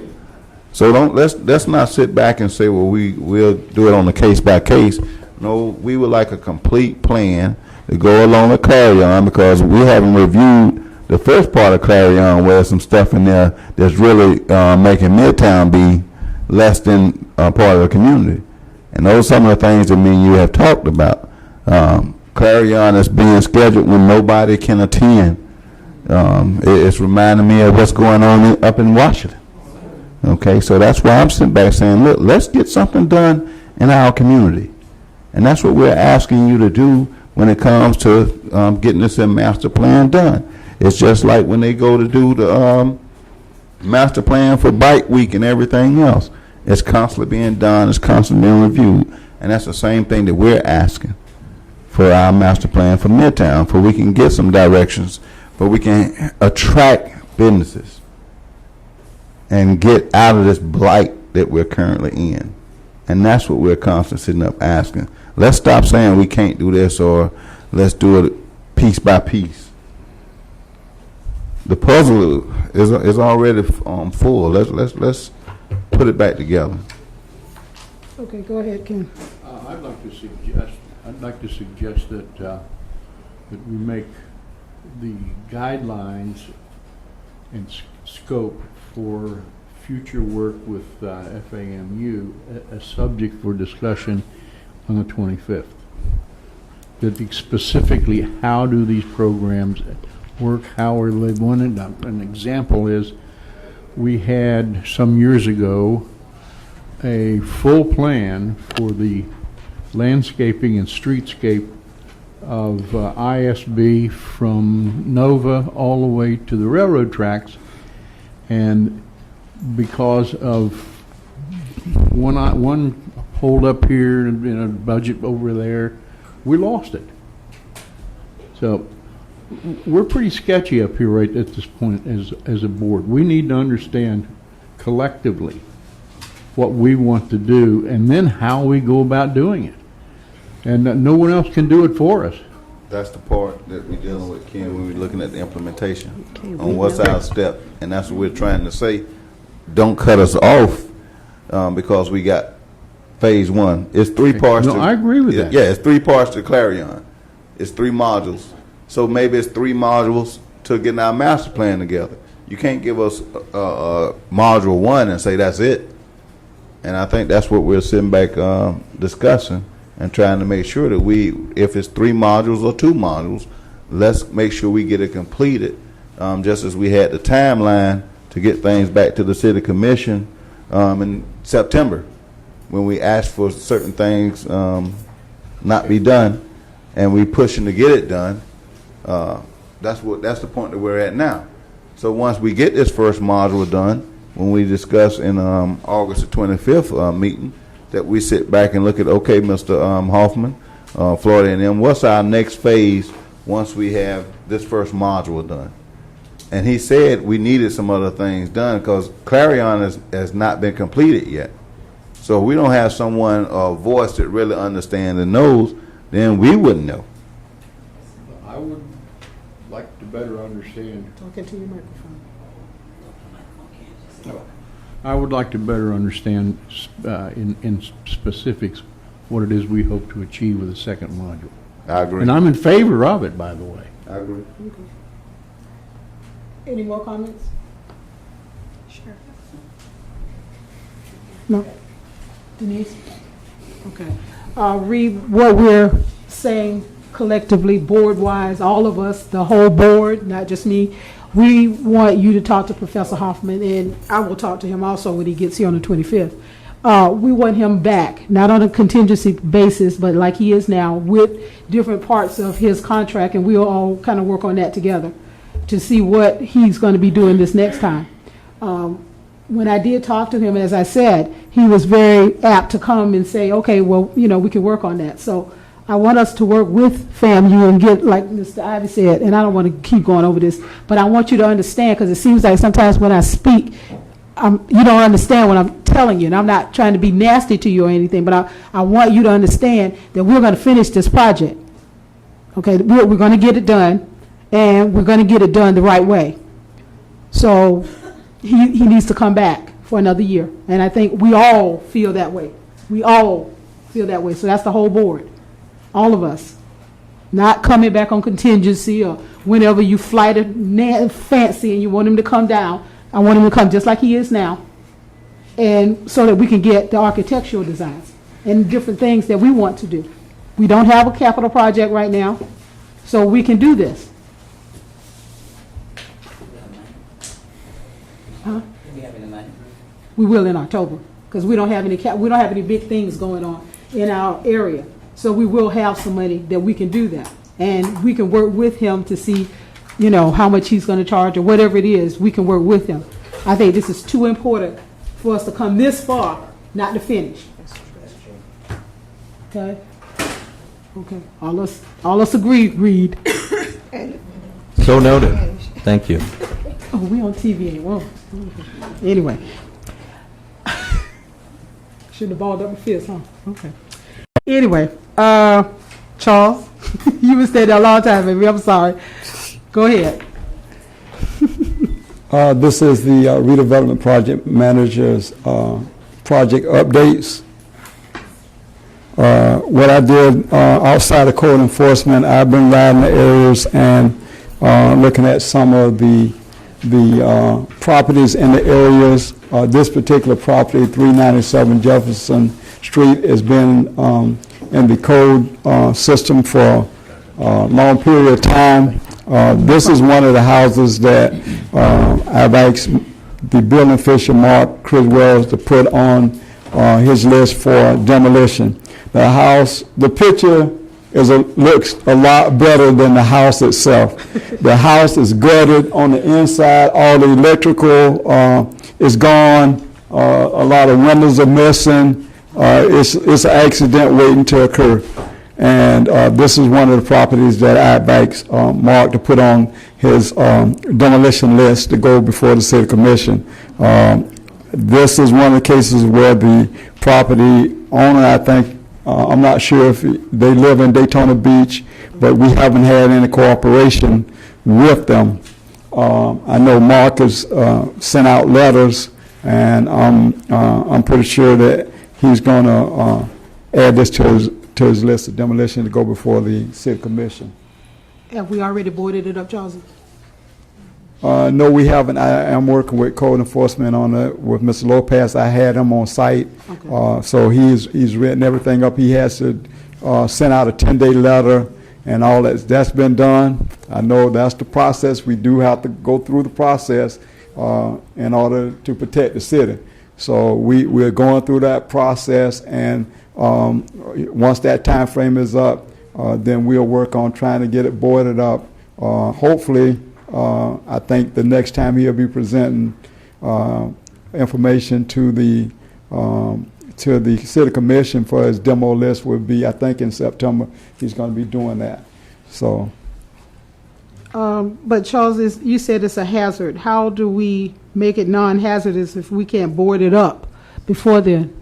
Okay. What we do is I've talked to Mark as well. Yeah. What he does is if he goes out and he inspects it and he decides that it's an unsafe structure, he'll go ahead and in some cases he can do like a 5-day letter to the property owner, and he can go ahead and declare it unsafe and give us permission to go ahead and request bids for demolition on that property.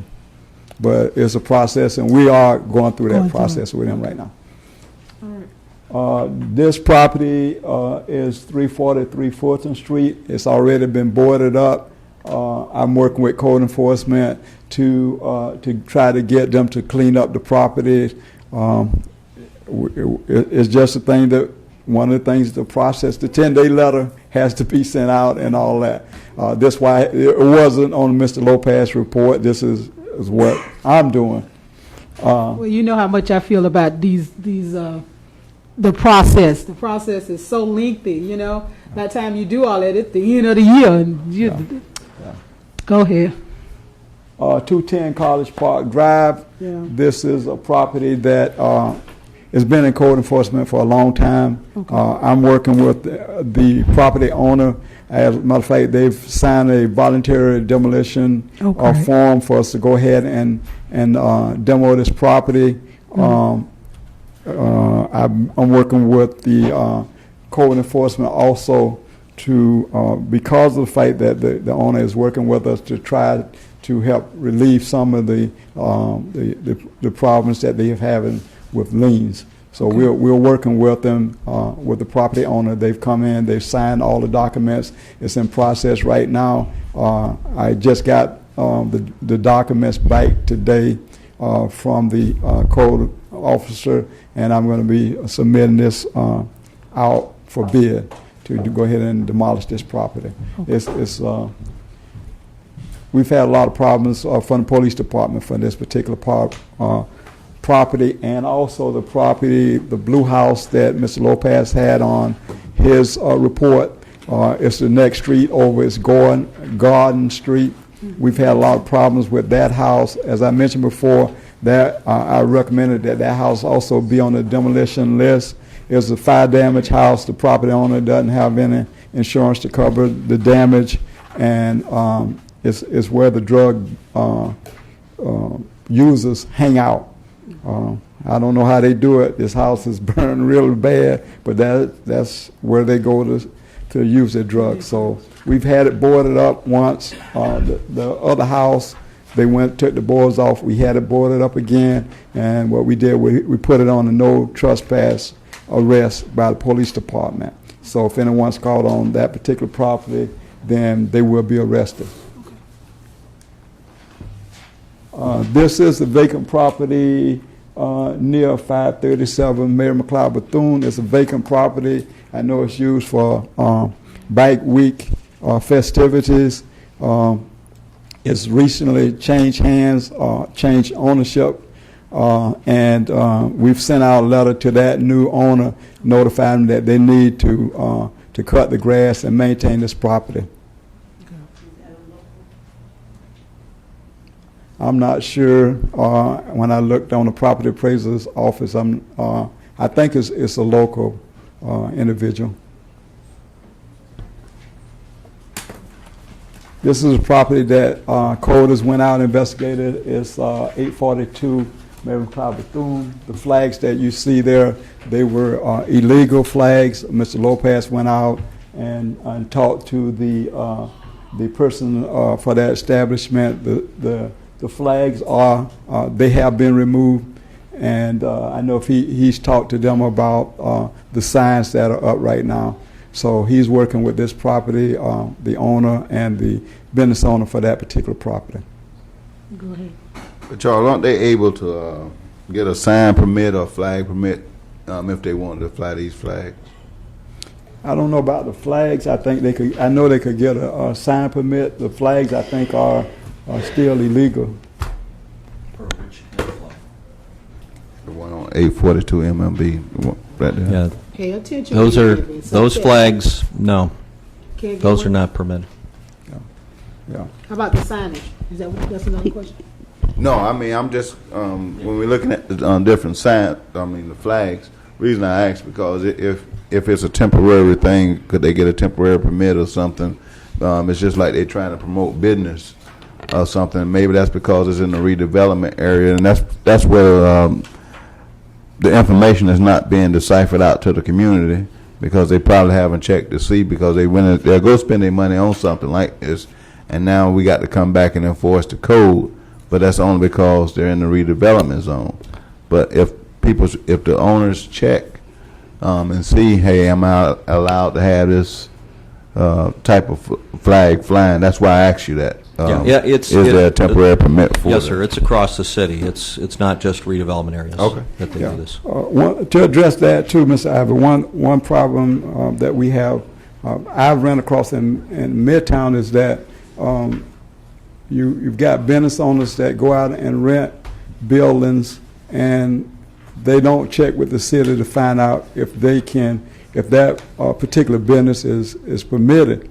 And what happens is they put up their money for deposit and rent and all this, and then the owner won't give them their money back, and they're stuck when they come down to the city, say, well, you can't do that business in this area. You can't put up this sign or flags or things in this area. I think it's a matter of education if the business owner will contact permits and license to find out exactly what they can do before they actually rent the building or put up a deposit, then it would be helpful for that business owner.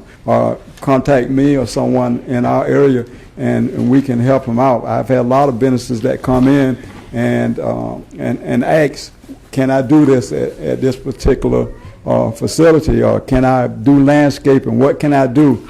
You know, we're here to help. We want to put them in the right direction. So before they go out on the limb and spend their money, we ask them to come in and find out what they can do before they spend their money. Mm-hmm.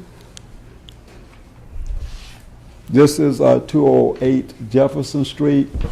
This is, as you can see, as you barely can see the house there.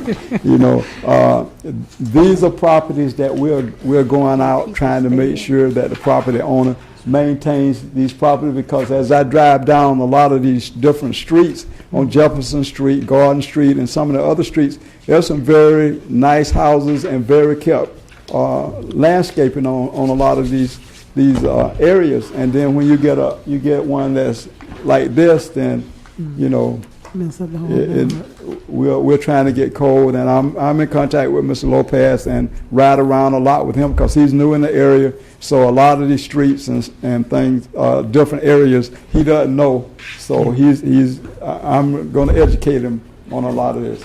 So I get calls all the time. 10, 11 o'clock at night on the weekends. Thank you, Ms. Bland. We get those calls, and so we are out there. We're trying to make a difference, and she can attest that if she calls me, I don't care what time it is, I'm gonna. If it's a complaint, I try to check it out and make something take place to clear up that complaint. We know that, Charles. That's why we're happy to have you in our area, because you bust your butt. These folks don't really know what you do. 342 North Charles Street. This house is boarded up. As you can see, one of the boards been taken down. The young man that his mother passed away. He was living in the house with her, and I know him because I used to live right over in the neighborhood, and I talked with him, and I haven't been back out to inspect, but I explained to him the hazards of living in that house like that, with it being boarded up is dangerous to him. He was sneaking in at night, staying in the house. I guess he didn't have anywhere else to live, but I did talk to him, and he said he would put the board back up and not go back in there. So I'm going to check that out to make sure. That's the end of my report as far as redevelopment updates. If you don't mind, I'll go to the next flyer. This is the, I'll put this up here. I think I gave all you a copy, and anyone in the audience, we have copies on the table here. This is the flood meeting that would take place at the police department on September the 8th. I think it starts at, I can't see here, I think it starts at, can you tell me, 5 p.m. 5 o'clock. 5 o'clock on September the 8th, for especially, I think, for residents that live in the Midtown redevelopment area, and even if you live outside the area, they're going to be redrawing the zones for floods. It's important for you because if you have a mortgage, it can increase your mortgage because you could be put in a designated flood zone, and of course that bank or whoever is financing that house, they're going to put flood insurance on it. Whether you do or not, they're going to put it on there, and they're going to add it to the balance of your mortgage. And so it's important that you attend this meeting. If you can't, there's a number on there you can call. It says, are you in or out? So you need to know whether you're in and out of a flood zone as they redraw the maps, so you can prepare for this. I think they do give you a time frame in order to purchase the flood insurance, but if you could, please attend the meeting, ask any questions that you have as it relates to flood insurance. So I wanted to make sure that everyone is aware of that and pass the word on. We've been giving out flyers at the last two, at the last backpack giveaway, the mayor's backpack giveaway last Saturday. We'll be giving out flyers again this Saturday. So encourage people that, are affected by this to please come out. Yeah. Midtown information meeting. This is a event that I'm planning to do on October the 13th. It'll be at the Dickinson Center from 5 to 7 p.m. This is the type of event that we did, I think, a year or two ago. What we're trying to do is provide awareness to the community. We've got a lot of business owners here tonight. We've got a lot of residents in our community that don't know what services that you do provide. I'm sure we don't have all convenience store people and all car wash people here tonight, but we have different businesses in our community. We open this event up for people to come out and let the community know what type of business they have and what kind of services they provide to this community. I found at the last one we had K-Bar to come. This is a new business in the community. A lot of people walk by K-Bar every day, have no idea what they do. They provide a little box for electrical energy, and believe me, this is a multi-million-dollar business for them. They send these things China, everywhere. And the reason they relocated to Daytona Beach is because they need a larger space. And so we need to let our community know what we have in our community, what services we have that are provided by these businesses, and perhaps one of them might take the initiative and go inside and might get a job. So, we're looking for businesses that's gonna provide services and offer opportunities to our residents. So I wanted to do this particular event on that date. I scheduled it in October, give me time to bring in businesses. I'm working with Central Florida Community Development Corporation because they have access to a lot of businesses, a lot of new businesses. This is not for just established businesses. This is for business that are planning on coming into our area. We want to know what they're going to bring, what they're going to offer to our community, and if they have job opportunities for our residents. Okay. I invite all my board members to come out on that day. We'll be there. I won't be there. Okay. That's the end of my report. Okay. Charles, I just wanted to thank you for everything that you do for us and all that you do for me. Ms. Bland, hush up. God. But anyway, thank you for being at City Commission meeting with me last week. We were there to answer the city's questions, the citizens' questions, and I was happy that you were there to help me out with that. So that was really good, and I thank you for that. And for this meeting that you're doing on October 13th, that's really good. And you're always looking for ways to improve and help us. And like I said earlier, folks don't know all the things that you do to help us. And we are trying to get the community to come up to better standards and look better. And I think that'll help all of us, not just some of us, all of us. We're going to get that paint program started. We're going to get a lot of things going in this community so that people can have things. So do you all have any questions of Mr. Bryant? No. All right. And before we get to the public comments, the people that come up and speak, please, you're going to be on 3 minutes. We're going to need your name and your address. And we don't like cursing and that kind of stuff. Madam Chair, Go ahead. can you, I think the health department Yeah. wanted to say something. So before we do public comments, can you bring Okay. the health department up? Yeah. For they can Dr. discuss Phillips the and PACE, Suzanne? Initiative. These are the young folks from the health department, and they're partnering with us on environmental issues in the community. And we're very happy to have them partner with us. I talked to Suzanne so much, she's probably sick of me. And Dr. Phillips is a new person in our community, and we're happy to have her.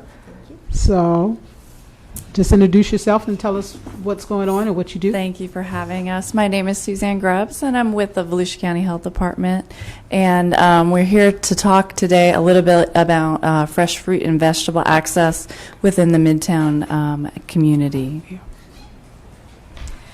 So, I'm Dr. Celeste Phillip. I'm the Assistant Director for Public Health at the Volusia County Health Department. And I thank you for the opportunity for us to talk a little bit about some of the work that we're planning at the Health Department, not only for the Midtown community, but for many parts of Volusia County. So just to give you a little bit of background, in public health, we look at the health of our entire community, which includes looking at where are there areas of greater need, and looking at where can we have the largest impact for those areas. So in the last 5 to 10 years or so in public health, we've been looking at what we call social determinants of health. And these are issues that range from very basic needs such as sanitation, water, and looking also at some of the determinants from very early on, which are education, the income level of a community, what are the resources. And so in that context, we've looked at Volusia County, and we have taken on looking for where are the areas of greatest need. And the Midtown community is one area that we have noted in particular, as Suzanne mentioned, when it comes to nutrition access to healthy foods. We see that this is an area that can be classified as a food desert. And what that means is about at least 1/3 of the population does not have access to a grocery store within 1 mile. And also that this is an area where there's a higher percentage of the population that lives at the 100% of the federal poverty level or below. And so when you take those two things together, that predisposes those folks to having poorer health, because nutrition and access to fresh fruits and vegetables are so important for keeping us healthy.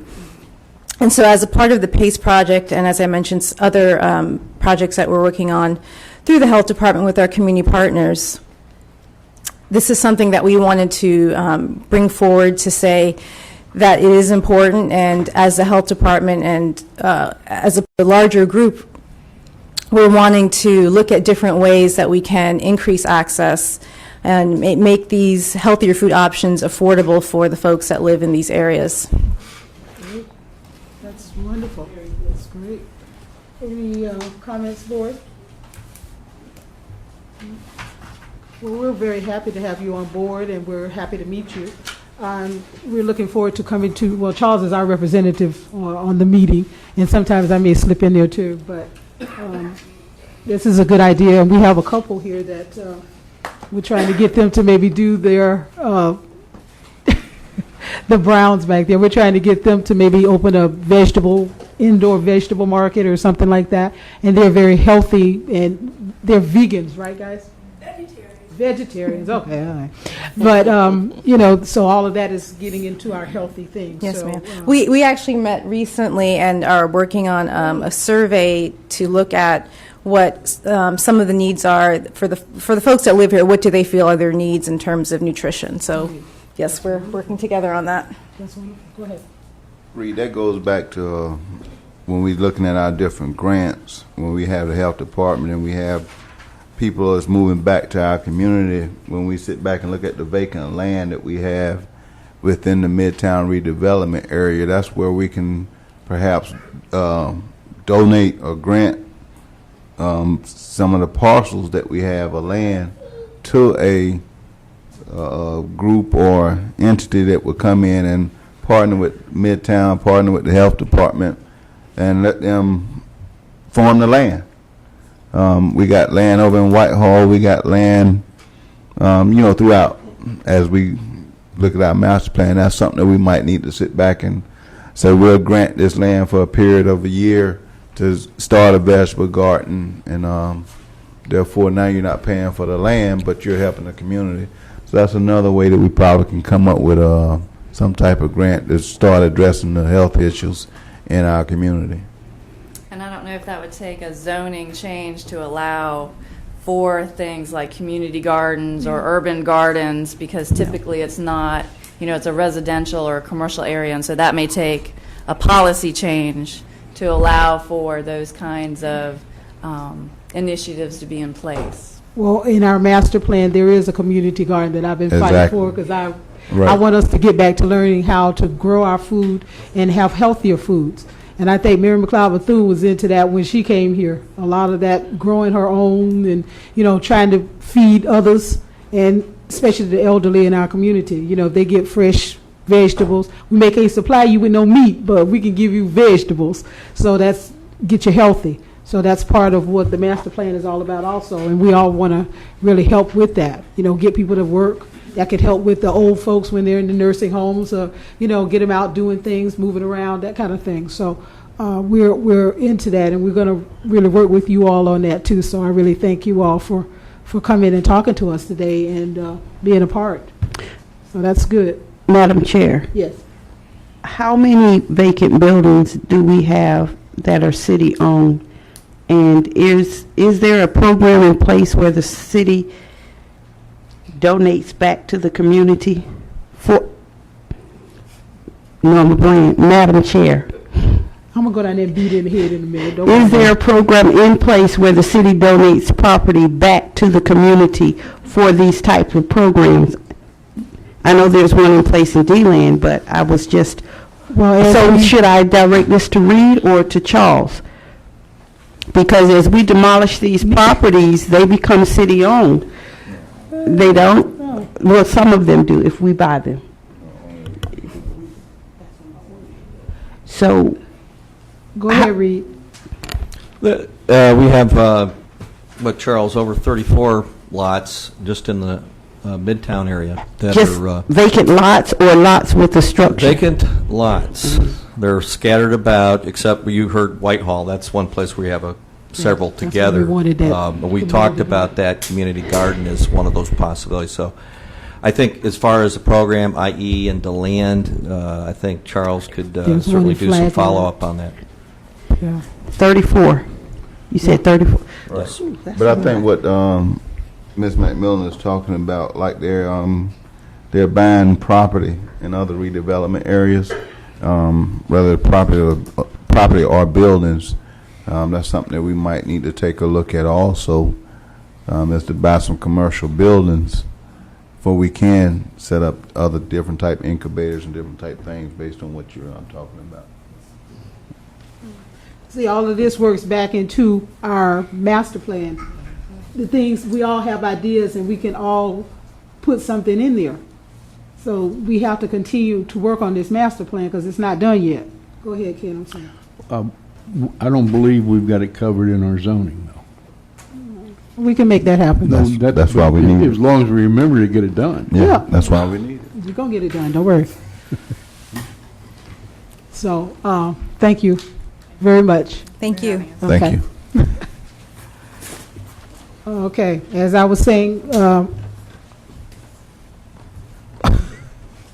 Norma Bland, don't make me come down there and get you, girl. We're going to have public comments. As I said, please give us your phone number. Give us Name and address. your name and address. Miss Norma, I guess, is number one. Norma Bland, 1317 Imperial Drive, Daytona Beach, Florida. First and foremost, I would like to thank my Deacon Charles Bryant, for putting up with me calling you at 11 and 12 o'clock, but it was a quality of life issue. The residents of Garden Street and College Park would like to do the same, as well as 936 Lewis Drive, in which that was boarded up. And I do thank the Chief of Police for doing that as well, and code enforcement. Number one, are the churches a part of this list that you have? Because on every corner there is a storefront church. You can go online and you can buy your ordination papers for $29.99. So I would like to know, could someone tell me if these churches are a part, someone on the board, of this plan with the automotive and what have you?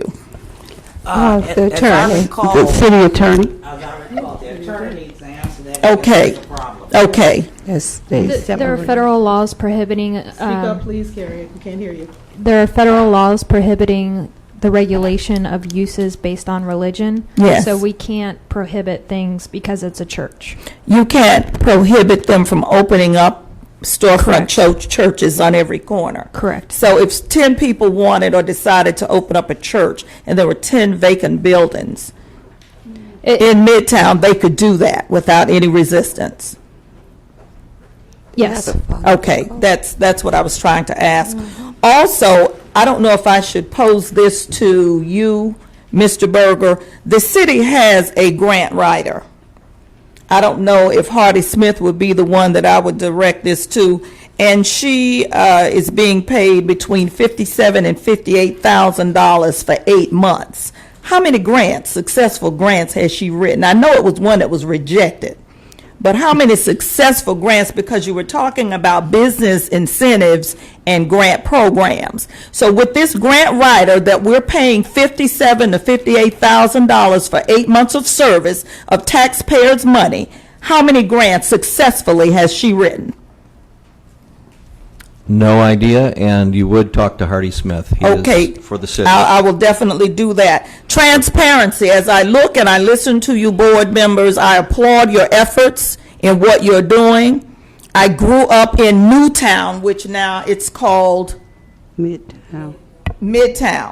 That's where I grew up. It is a blighted area. I left here 30 years ago and it's still the same way.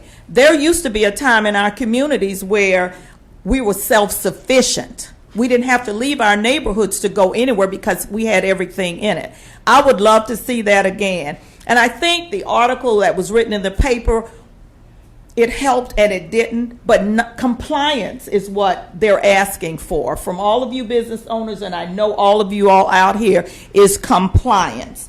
If we organize, mobilize, and we strategize through respect and open dialogue, I think that we can get this done. But we're going to have total transparency through city government relating to these boards. Thank you.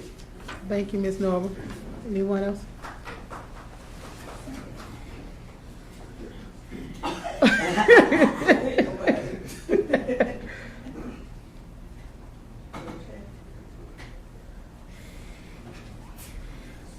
Samuel Rogers, 567 South Street. I've never been more proud than I am tonight. You all ought to be congratulated for your efforts, for your time that you spend doing what you do. Ken has been doing it longer than anybody else in town. Congratulations, Ken. Keep it up. And you all keep doing the job that you're doing. It's well worth your time. Government is for the people, by the people, and of the people. And if the people don't take the time to be about the business of their communities, they're going to be left out of the pot. And so keep on doing what you're doing. I'm proud of you. Out of curiosity, how many years have I been doing it? Since 1997. Oh, my God. Beautiful. Keep it up. We're going to win. Yes, we are going to win. Yes, we are going to win. Mr. Rogers is a alumni of this board, and we love him dearly. Good evening. Good evening. My name is Dolores Davis, and I live at 233 Haynes Street.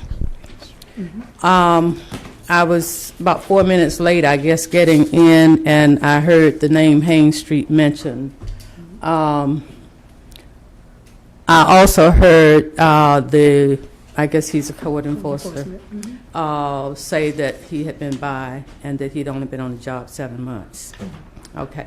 I commend Mr. Bryant on his activities of checking out other things that are code enforcement. And I'm not sure, I have a litany of things that goes on the corner of Haynes Street and Orange Avenue. And it has been a nuisance to me for the last 2 years plus. I have lived on Haynes Street for the last 47 years. And I have put up with this, and I'm sure there are many code things going on that can be checked out. My concern is how long do you have to put up with it? The people who frequent that lot don't live on the street. They come in big, fine cars, trucks, and they ride on bicycles. They walk all day long, 7 days a week, from 8 o'clock, 9 o'clock in the morning to dusk off. Unless it rains. They they drink on the sidewalks. They walk the street with open containers. They drink on the lot. They have put barbecue grills on the lot. They have taken boards and nailed them up on the trees to make stools. They have cut trees and stumps and made little chairs like they live there. They don't live on that street. They drank beer and alcohol from the backs of their trucks, from the trunks of their cars, and there is increased activity. I don't know why, and it may not be your job, but I'm just want to bring it to your attention because there are a lot of code problems there. It needs to be posted, and if you work with people on getting their property posted to eliminate that, it would be a great help. It took us over 40 years to get sidewalks on that street, and I was elated to see them doing that. I walked around the corner on that sidewalk one time, and I have not been able to do it any since. I have 2 grandbabies that I keep, and every day, and I can't even walk them to the corner just for activities for them because of the activity. There's loud cursing. I can sit on the side on my front porch and smell marijuana. And besides all that goes on, with all the drinking that goes on, these people uses the bushes for the bathroom. And with the fine wind, just a fine wind, it smells like a sewer. I can't. I could go on and on and on for what has been going on for the last 2 years. I wrote a whole list of things that I could say, but most of it is code things that probably could be taken care of just having it posted. And I would appreciate if there's anything this group can do. I have even spoken before to Commissioner, and something happens immediately, but nothing happens continuously. Yeah. So it's a big problem there, and with you cleaning up the blight in the area, that's definitely a blighted area. Okay, well, what I would like for you to do is maybe give it to Charles, write your list and your name and a phone number so that we can get in touch with you. I'd be happy to. Okay, and know that code is in there, and they're doing different things there, and the police are doing different things. So that's how you get in touch with Charles, and maybe he'll come there. Reported it to the police. Okay. And they ride through like they're afraid to stop. Yeah. You know? And I could just go on and on, but I'll give it to Mr. Bryant. Okay. Mrs. Davis. Yes. Have no fear. I live on Lincoln Street, Miss Hawkins' daughter. Okay. And every meeting we have, I bring up Haynes and Orange Avenue. Thank you. And El Dorado. That's true. You just walk around the block. You can get it in all corners. Yes, ma'am. Every day. Okay. All right, next. Excuse me while we're waiting on the next. Reed, let's make sure what we'll do is probably talk with Chief Chitwood again, dealing with this issue. I know we do talk about it, but let's probably meet with him and try to get something done. Yeah, I know Charles is having that communication with them quite a bit, so we'll do that We'll again. get together and go ahead. I'm sorry. Good evening, Irvin White. I just have a question about Your address, Irvin White. Irvin White, 340 Garden Street. I'd like to ask you which one. But 340 Garden Street. We don't want to give. Okay, 340 Garden Street, Daytona Beach. I was asking about, I got a question I want to know about the time frames of this grandfather businesses in. Because on Mary McLeod and Bethune, and Martin Luther King, very seldom a business be filled back up within 90 days once someone move out of it. And see, if you ain't grandfather in and within them 90 days and going back in with the same business, that's saying you can't go into another person doing that same thing if y'all done pass this ordinance y'all passed saying that the business can't be there. So that 90 days is a very short time to try to turn a business around in that area. So it'd be much nicer if we could do something like 9 months. I know that's asking a little limited, but yes, for 9 you might get 6. So you cannot turn a business around in one of those buildings on one of those streets within 90 days. People's not standing in line to open up business on those 2 streets. Yeah. So when you put that restriction there saying you can't be grandfathered in after 90 days, you're really saying after y'all leave, no more of this going on in these buildings. That's what it's saying in the short term. Okay. And I've been renting places up there for the last 20 years, and I ain't had now turnaround within 90 days, 30 days, or 60 days. So if y'all could look at that stipulation, I certainly appreciate it as a landlord with commercial property on those streets. Basically, Mr. Irvin, for we can all know and make sure that we are addressing the community needs, one of the things we sit back and look at what we're trying to do is, it's not that you can't bring a business in there, another business in. What they're saying is, if let's say you got a storefront and it's zone retail, that's where we're sitting back making sure that our land development codes and different things are up to par also, for you can open your business up again. Another thing that you have to do, what we're saying is, if you have a business that's been a building that's been sitting vacant for 90 days, then you have to go through the process in order to put another business back in there. And that process will be where you come back, hypothetically, I'm just going to use this hypothetically. Hypothetically, if you wanted to come in, just like Bethune-Cookman just presented a plan to do their parking lot, well, what you would do is submit a plan back through the redevelopment area and ask for that particular business to come back in there. But they would come back in according to the new codes that we're implementing. So it's not that you can't put another business in. The business would have to just be brought in under the new code. I didn't say that you couldn't put one in. I realized you can put one in as long as the building there's sitting there. I know you have to, everything after 6 months, you have to come down and get re-inspection again. But that 90-day stipulation that being grandfathered in, if you put in a business that y'all gets counsel out of there, the things y'all gets counsel out, the 4 or 5 things y'all get saying you couldn't do anymore, if you did business now, you grandfathered in, those are the type of businesses I'm talking about.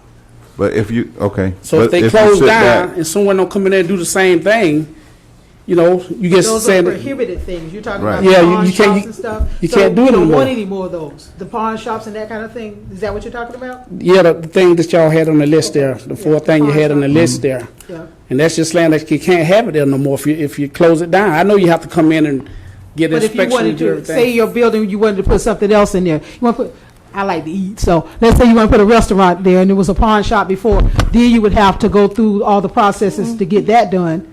I understand that, but there's a stipulation that y'all have, and if the business that you have there now, if it closed down, and it's been closed for 90, whatever time frame that you all had, another person can't come in there and do that same business again because of the rules that.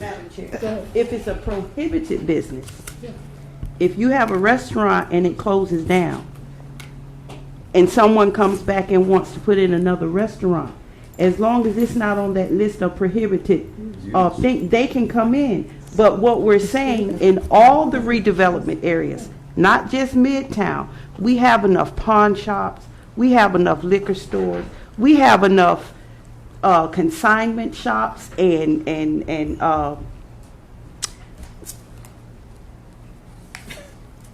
convenience stores. You know, I said back. You know, it's not that we don't want them, it's just that we have enough of them.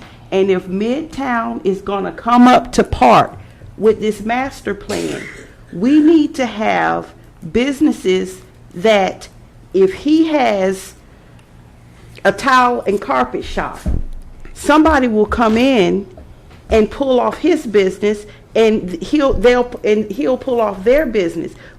Every redevelopment board, not just, they all got together. They presented a list and came up with just about the same items. We didn't say we didn't want any more car washes. We were saying that if CJ's on MLK and Orange Avenue closed, if that property became vacant, whoever got it That's one of the things we're not going to let them open another one. Even though if a man to come there and make a 3-time better car wash than what was there, bring up some up the parlay they got down the corner of Ridgewood. And that's why he would have to present that's why he would have to present a plan and come back through that's what I'm the saying. city. That it can't but come back. because it's prohibited. And see, this isn't something that just started. We've been working on this for 2 years. And all of these are public meetings. People question me, and I say, come to the meeting, come to the meeting. I don't know if you were here earlier, but it took a newspaper article to cause rift in Midtown. It may be 6 months before we get something to stir Daytona again for this many people to come out Tuesday in the morning. Well, that's for the folks that didn't understand. I've been out here in this business I understand for that the Mr. longest. Urban that was stated earlier, but someone coming in to put in a better business, whether it's a used furniture store, whatever, if they got the capital to do it and do it professional, they shouldn't be put here to cause. Ain't nobody rushing up and down Martin Luther King and Mary McLeod Bethune to put no money in that place. And you don't have a traffic count. So they have to put what they have to put in there. Why won't they come in? Because you don't have the traffic count to support. So we're not. I'm going to call a spade a spade. I would not invest. I tried to invest when the city dug up 2nd Avenue. I don't know if you were here earlier. I was going to open up a catering business. We had someone going and cut the wall out. The pipes were crumbling in this man's hand. He's telling me if I invested, fine. But if I had any problems, I would have to go out of business because the people that owned the building didn't come up to code with what the city did, and the city gave them money. Okay. There's nowhere on Martin Luther King a major investor. If you want to go out to eat dinner with your spouse, family, anybody, we have to hit Orange, hit International, and head east or west. If not, go to Beachside. You tell me a Burger King, Checkers didn't come down the street and take up any vacant spots, and that Checker stays open. Could I cut you off for 1 minute? No, don't cut me off because I'll let you speak. Go what ahead. I'm saying to you is nobody major or semi-major is going to come into our neighborhood. Number one, because of the way it looks.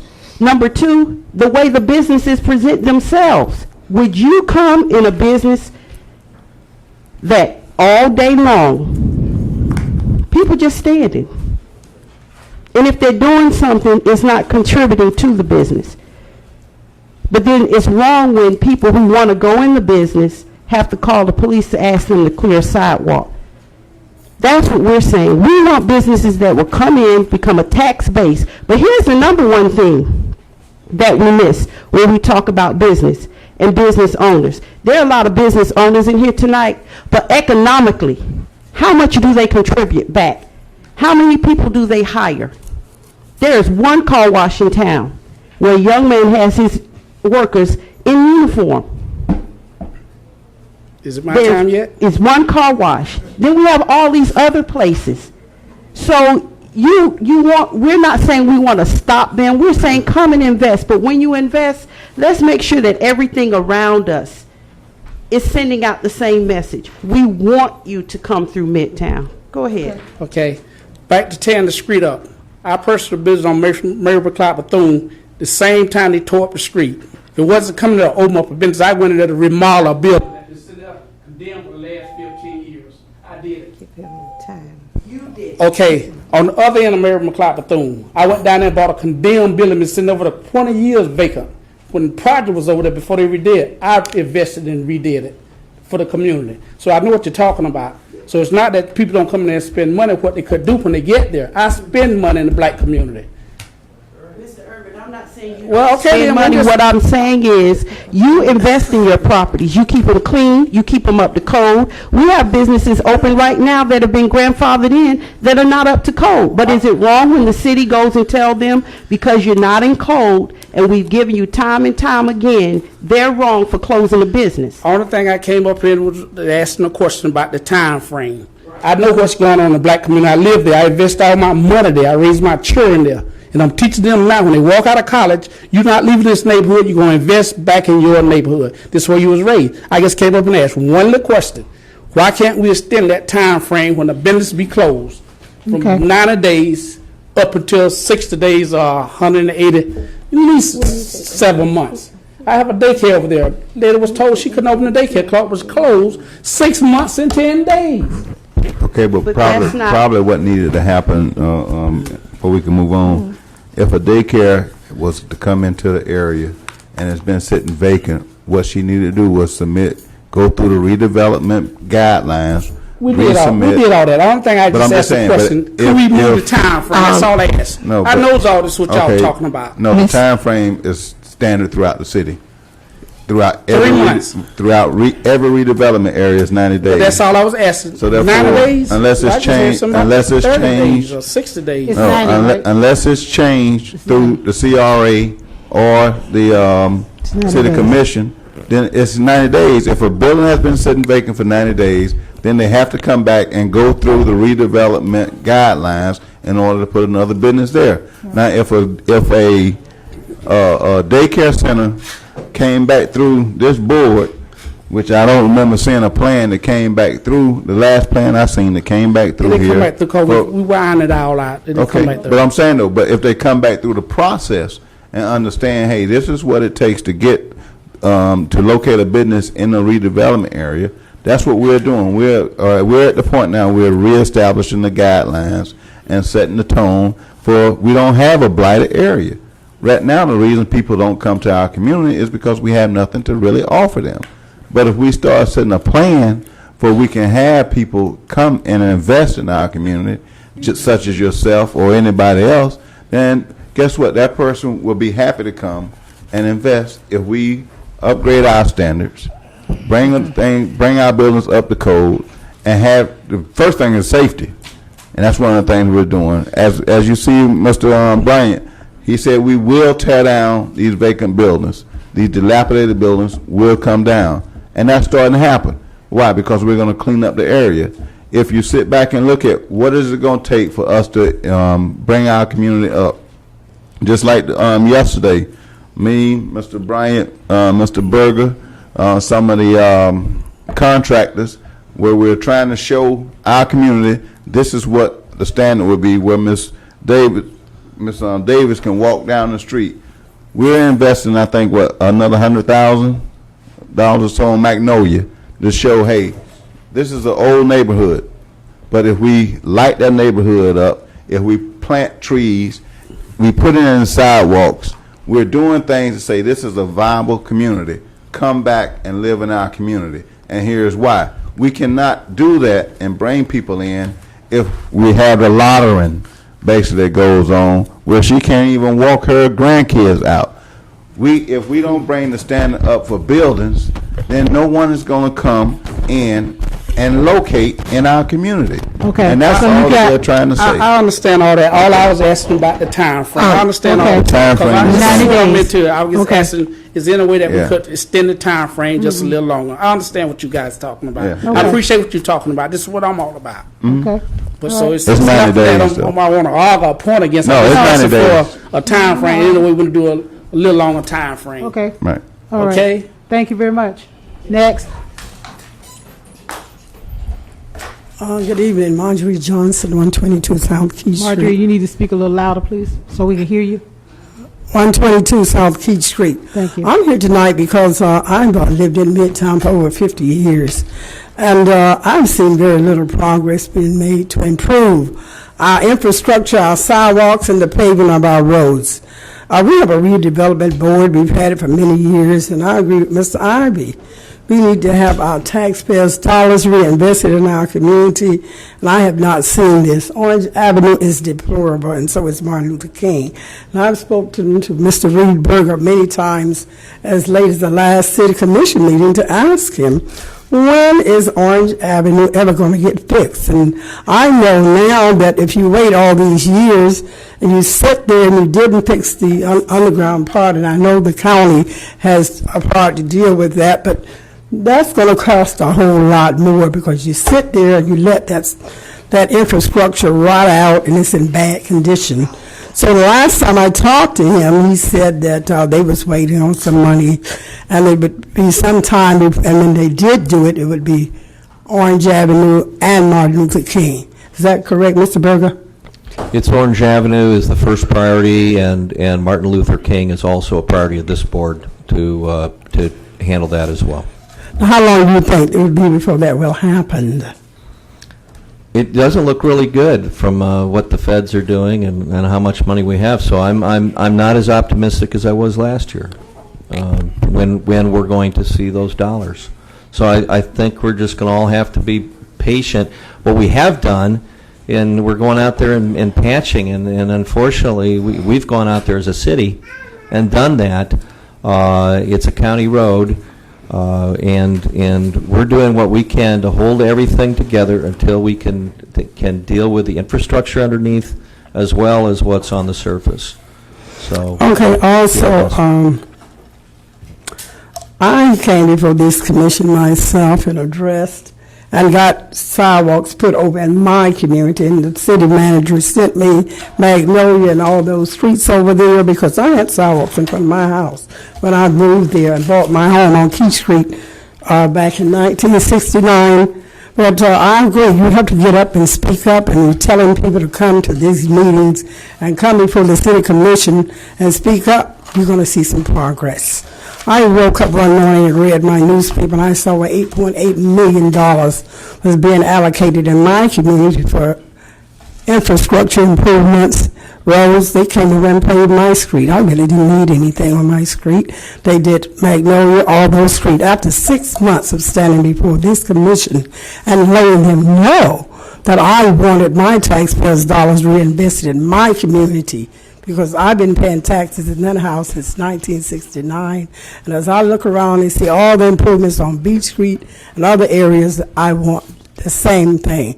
And I would encourage this board to continue to speak up and to get some things done, because we need some improvements in this area. When you're talking about redevelopment, I look around and I see the same thing, and the area is blighted. Mary McLeod Bethune is blighted. You have a new restaurant that's empty over there, brand new restaurant. Nobody's going to them. Then you have Second Avenue. Nobody. The place is empty. But I did myself go and patronize these restaurants, and I encourage others to do it. It's going to take all of us speaking up and speaking out to get things done. And we must continue to do it, and this board must do it, because we have taxpayers' dollars that we are paying for our homes, and we need to make sure that that money is going in Midtown. It's time to improve the whole area. It is blighted, and I see very little progress. But I want to thank this board for the work that you're doing and trying to get this job done, because I know it's not easy. But you must continue to press on, because that's what it's going to take. Thank you. Thank you. Next.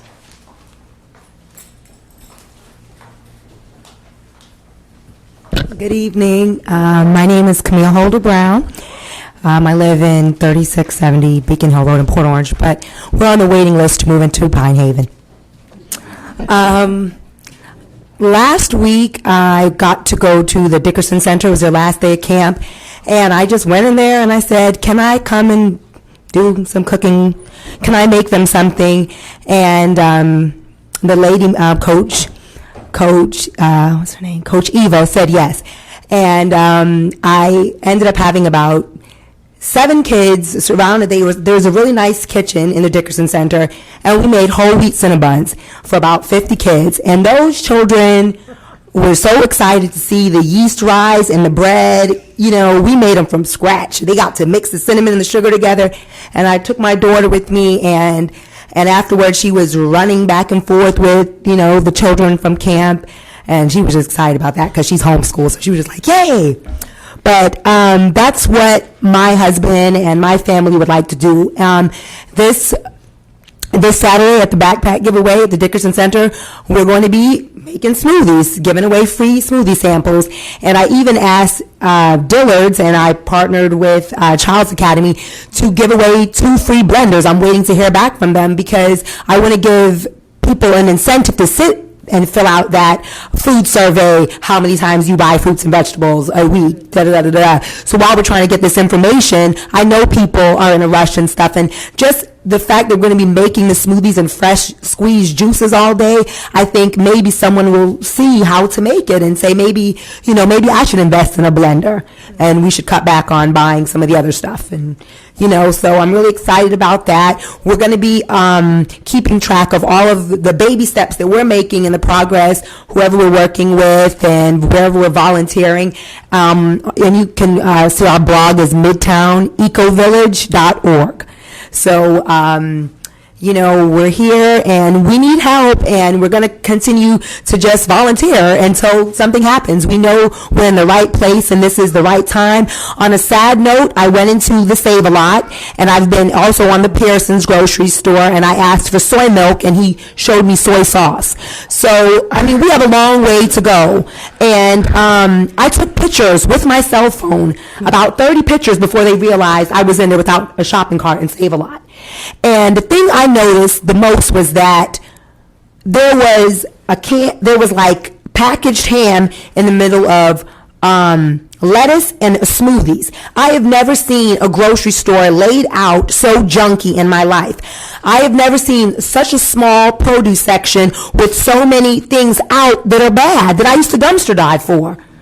I'm talking furry tomatoes just out there. None of the produce sections were stocked. And I know stores go through this, but this was the middle of the day. This wasn't like a Saturday night when people had came, and this was the middle of a weekday. So there was no baskets. There was nothing that made me want to buy produce. It made me want to say, dang, let me just keep on walking until I find something more attractive. I have never seen any grocery store like that, not even in Brooklyn, not even in Bed-Stuy. So I took pictures, and I'm going to do a little slideshow with it, and maybe I can show it next time. Thank you. Thank you. We're very happy that you're here. And this is what we're trying to say. This is what we're trying to say. We got to stop patronizing these places that don't really care about us because they're spending our money. You're spending your money for unclean and unhealthy foods. And that's just it's not right. And you all need to be able to do better with that. All of us. And I patronize them too. I ain't going to sit here and try to be holier than thou. I patronize them too. But we all have to take a look at what's going on in our community because we deserve better. Okay, go ahead.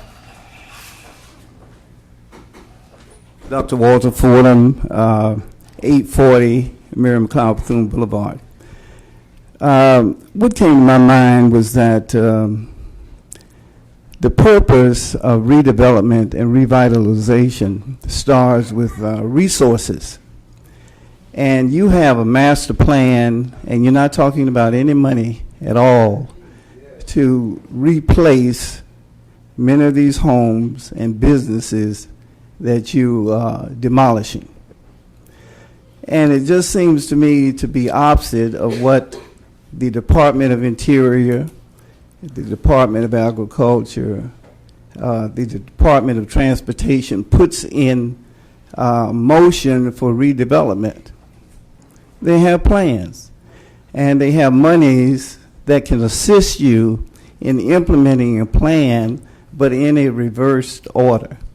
Buy property, get developers to come in, build up the property, and tear down and demolish many of the structures that developers would like to include in their growth of the city. And not to just tear them down and limit small businesses from operating until such time that you have these grant programs in place. Millions of dollars are there. One way that you can help yourselves is to designate Daytona Beach as a historical site, not just where it limits now, but the entire city of Daytona Beach. And then the National Park Association and many of the other grants will be made available if you just sit down one day and just identify all the old buildings and then draw corridors to reconnect them so it looks as if it's a tourism of the old city. And you can just get money for doing that. And you'll have some things to work with. So I'm concerned that you have great ideas, but without the resources, it's just like the urban renewal in 1960. All the buildings will be gone, people will be displaced, and nothing will exist in Midtown. Madam Chair. Ooh, yes, go ahead, say it, girl. Madam Chair.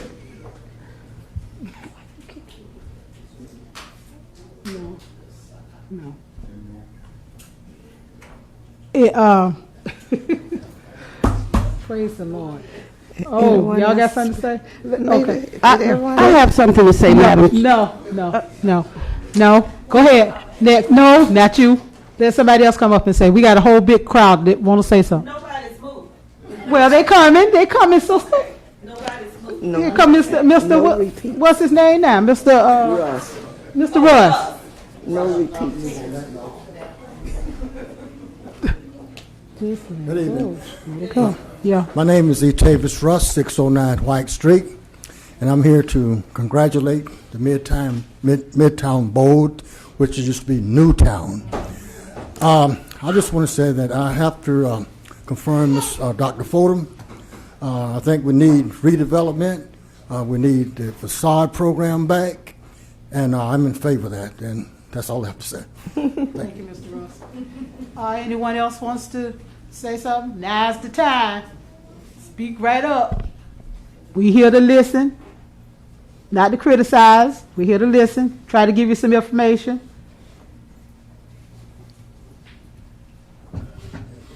Man. Okay, well, hold on. One thing, I went to a board meeting on last Friday for the Shriners, and as you know, the city is trying to get the Shriners here, and I was invited to that meeting. I know it's not going to happen for it's not going to happen for 5 years. We don't know where we're going to be in 5 years, but nevertheless, we're going to be on that, and we're going to be doing some things with that. I don't know how we're going to do. I know they're going to have a parade, and they want the parade on Atlantic Avenue. And I asked why they didn't want it anywhere else, but we're going to work on that. And we're going to see what we can get done in that area. I understand that this, there's a segregation thing going on with Shriners. There's the white Shriners and the black Shriners and the orange Shriners and all the other Shriners. But we're going to work on it anyway and see what we can do to have some of you all, businesses, be a part of that. Okay?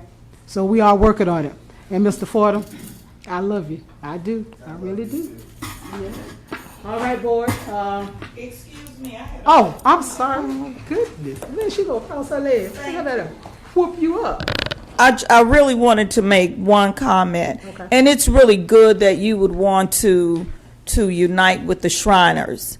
Besides Sister Benjamin, I'm in Eastern Star. Yeah. Center yourself around the Masonic Brothers and the Eastern Stars, and the next step will be the Shriners. Also, what I wanted to say to you all is, when we talk about fresh food and vegetables and markets that are killing our children, I'm so upset with George at Pearson's grocery store for selling us the rotten meats, the terrible vegetables and fruits. The smell, the stench is awful. Yeah. I did call the Volusia County Health Department and ask them to pay him a visit. But it is ridiculous because that is within 1 mile of our area. Pearson's back in the day used to be Pearson's. Yeah.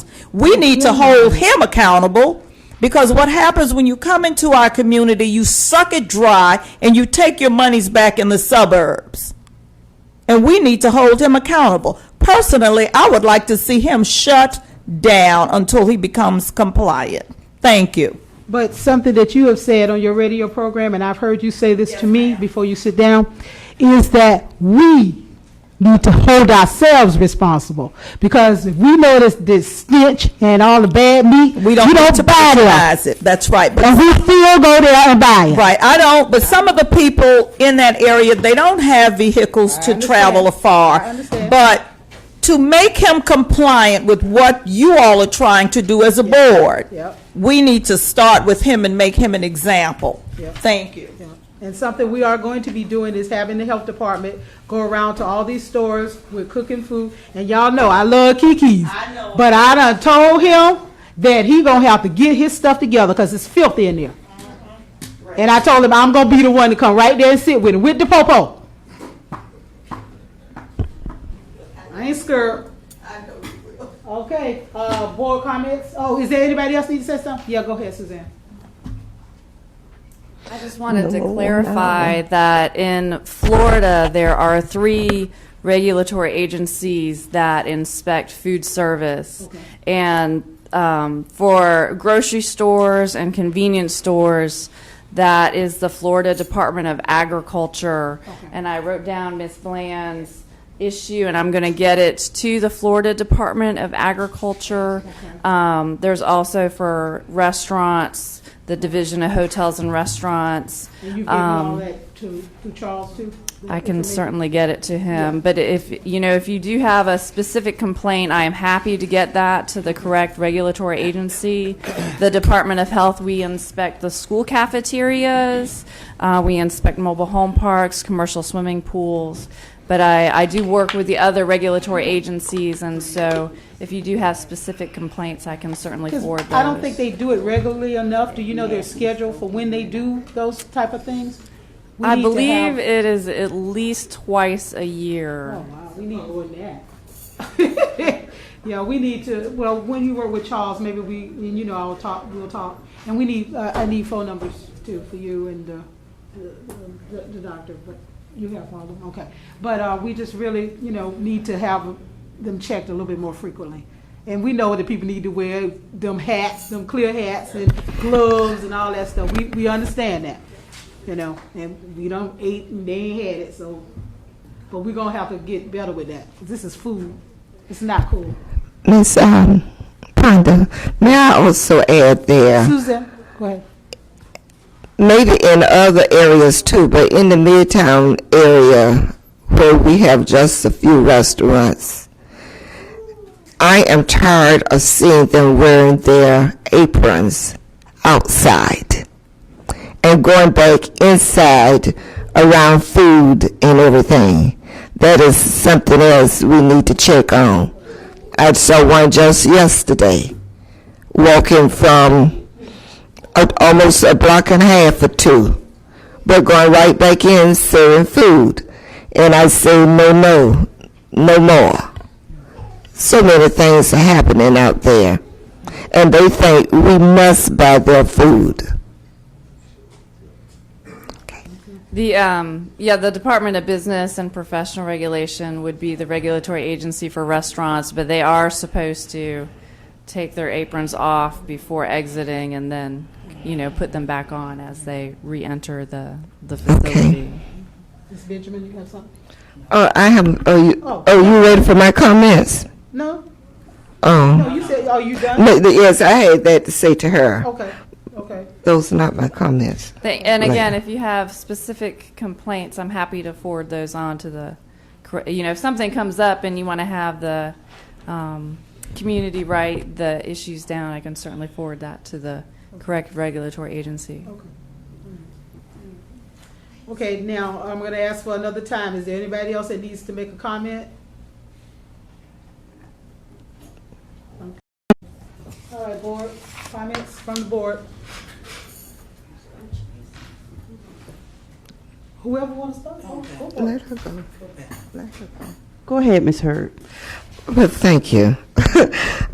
First of all, I'd like to say thank you all for coming tonight. Continue. We need you to come to city commissioner meetings, which is held first and third Wednesdays of the month. Also, I also would like to invite everybody, again, Mr. Bryan, to the community meeting in August downstairs, and that is very important. Dr. Huffman will be here, and maybe you'll be able to see the plans that they have outlined for the Midtown area. That is the south side of the town. Also, speaking of Midtown, Newtown, Midway, I think they had people to send names in, or they discussed it. And I look at it as Midtown. They took Mid and Newtown. That's how they came about with Midtown from Mason Avenue all the way to Fremont. Also, we're trying to do our best. Don't be angry with us here. We're giving our time, energy, and everything else to try to make this town, our area, a better place. Yes, call the city, you're a taxpayer, or better still, you're a citizen. You don't have to be a taxpayer. You're a citizen. And just come out and support us, and we would appreciate it. Thank you. Next. Good afternoon. I want to say thank you for coming, taking out of your business schedule. But I also want to say, don't let this be your last time here, because what's happening here, we're making decisions, and if you dislike it, you're not here, so they're going to listen to us. But we do walk around in the community. We do want to know what's going on. And I also want to say, since we have him in the house, Mr. Myers, Stanley, please speak on your behalf of your place is still open at 2 o'clock in the morning. The car wash that be open at 2 o'clock in the morning? Come to the mic.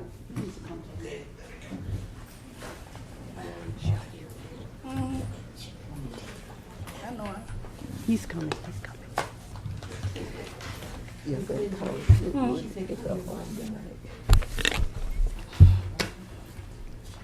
Stanley Miles, 258 South Martin Luther King. When I'm at home, I have no control over the car wash, but I put my trespassing signs up. Like I spoke to the young lady here, the police officers have the right to do whatever they need to do, 2 o'clock, 10 o'clock, whatever. When I'm home, I'm closed. I have no control over it. Okay, thank you.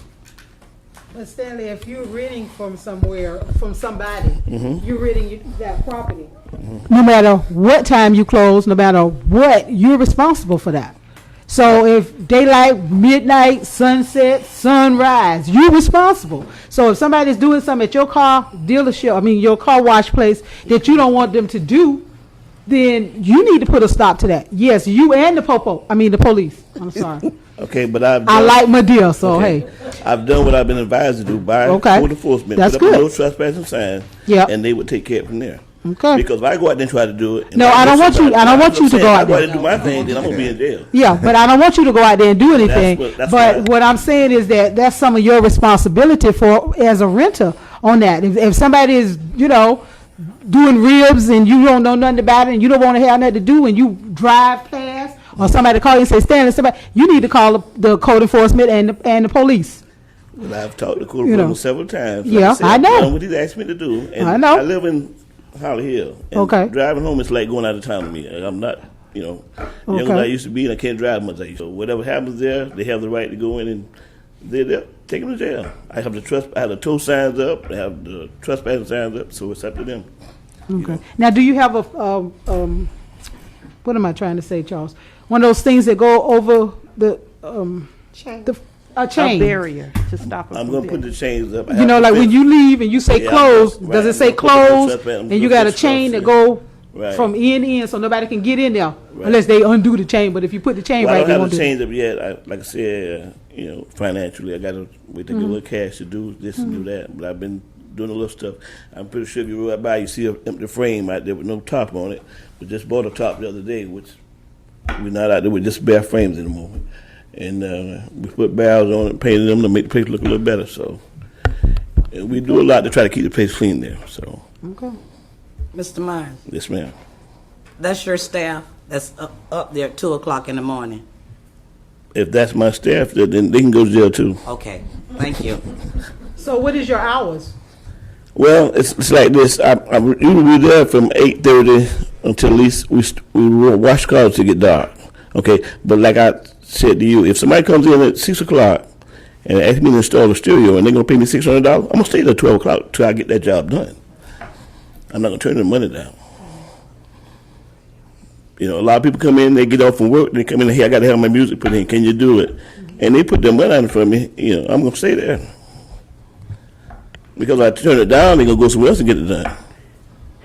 Mr. Miles, Madam Chair, I think what they're saying to you is that you're doing a good job trying to be compliant with code, and you're doing a good job.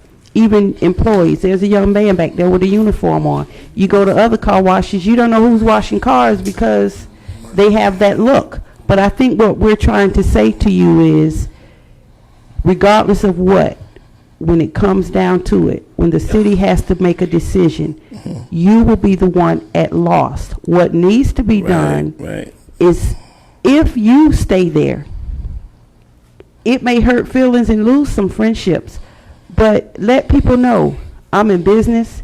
This is not the hangout. And if you're not up here for a service, don't stand up here with your music playing. Don't come up here just hanging, just hanging out, because it looks like I'm allowing a car wash to become a congregating place, and when people see it, they think the worst. Well, I do tell people that, but some people are hard-headed, and it makes a soft and they think that you're being nasty when you tell them you can't hang out, So, I do the best I can without bumping heads with people, Stanley, you don't strike me as a brother that don't mind bumping heads. So, I don't know you, but just talking to you and all that, I think you can get anybody off your property that you want to. Well, I don't think we have no problem.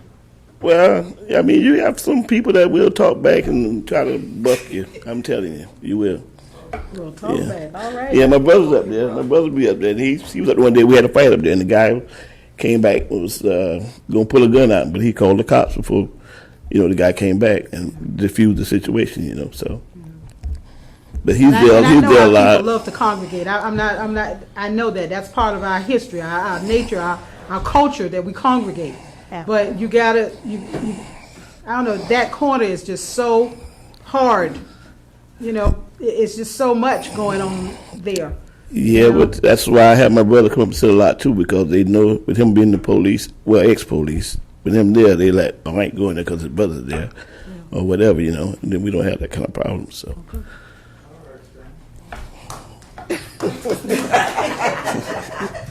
Don't mind him standing.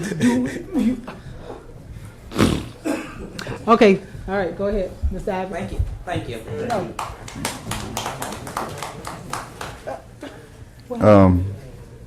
Ken, you got something to say?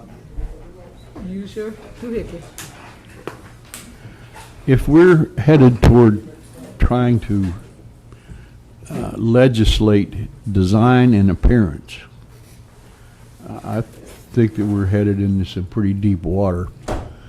And it might be helpful if we could have an understanding of what an overlay district is, what its purposes are, how we can use it to accomplish some of the end objectives that we've been toward. So if you could help us out by the 25th so that we'll take half of the argument out of the afternoon. Right? So, thank you.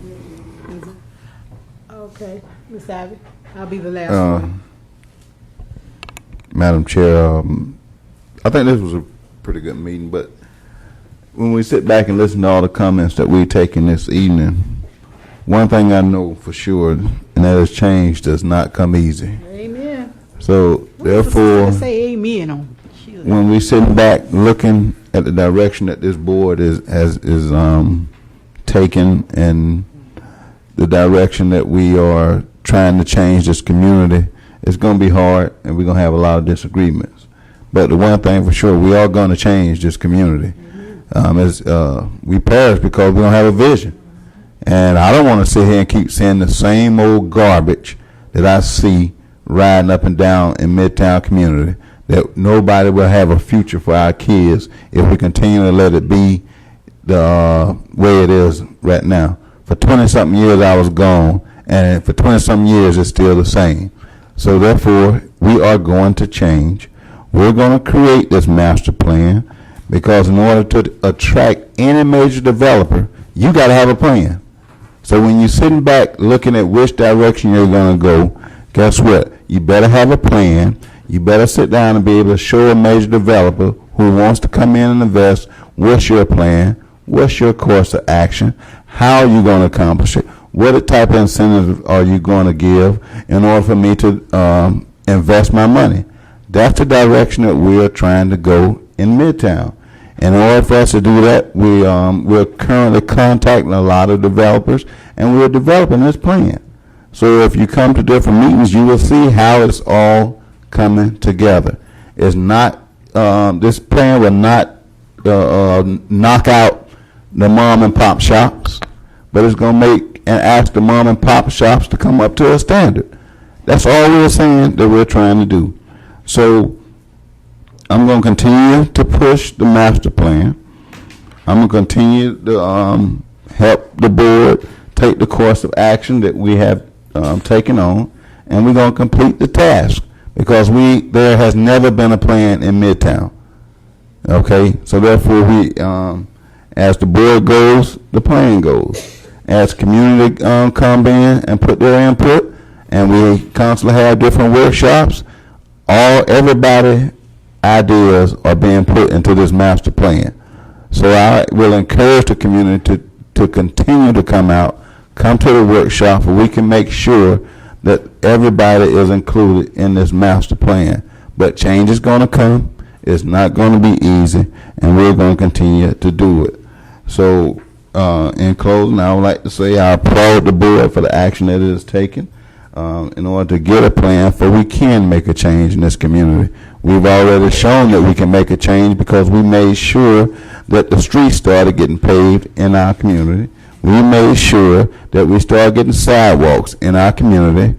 We made sure that we started getting landscape done in our community. We're trying to now address issues to make sure that our kids are healthy in our community. There's a lot of positive things that are going on in our community that requires change. So I want to one day be old like my mother and be able to walk down the street and be in peace. I want to be able to come in my neighborhood, sit down at a coffee shop or a wine shop or whatever, and be in peace as I go anywhere else. We have not, because we have let everything deteriorate in our community. So now that we're pushing for a change, we're going to have these different type of disagreements. But change is going to come. And that is what we're working on. And I thank the community for coming out, but I also thank this board for having the courage to take on the change, having the courage to ask the city commission. And we have disagreements with the CRA and the city commission, but we're still pushing forward. And that's the direction that we're going to continue to go. And I stand strong on what I'm saying. We're going to ask and continue to fight for change. Thank you. Oh, that's my boo-boo, baby. Oh, that's it. Go ahead. I would just like to say thank you to the board, and I really wish there's a time with the city when we have a free-all where they have like alligator season and where we have a sunshine state law season where we can talk to each other. I'm saying that to say this. The phone calls, the being stopped in businesses, the being called to come to a business to explain to a business owner about a newspaper article. In the beginning, I was just totally shocked. But what came out in the paper has been going on, I know, for 2 years since I've been on the board. This didn't just start last week or the week before. This has been an ongoing process. And basically what the city is doing, not just in Midtown, but in all the redevelopment areas, they're trying to hold the owners responsible for the businesses that they own and rent out and being accountable.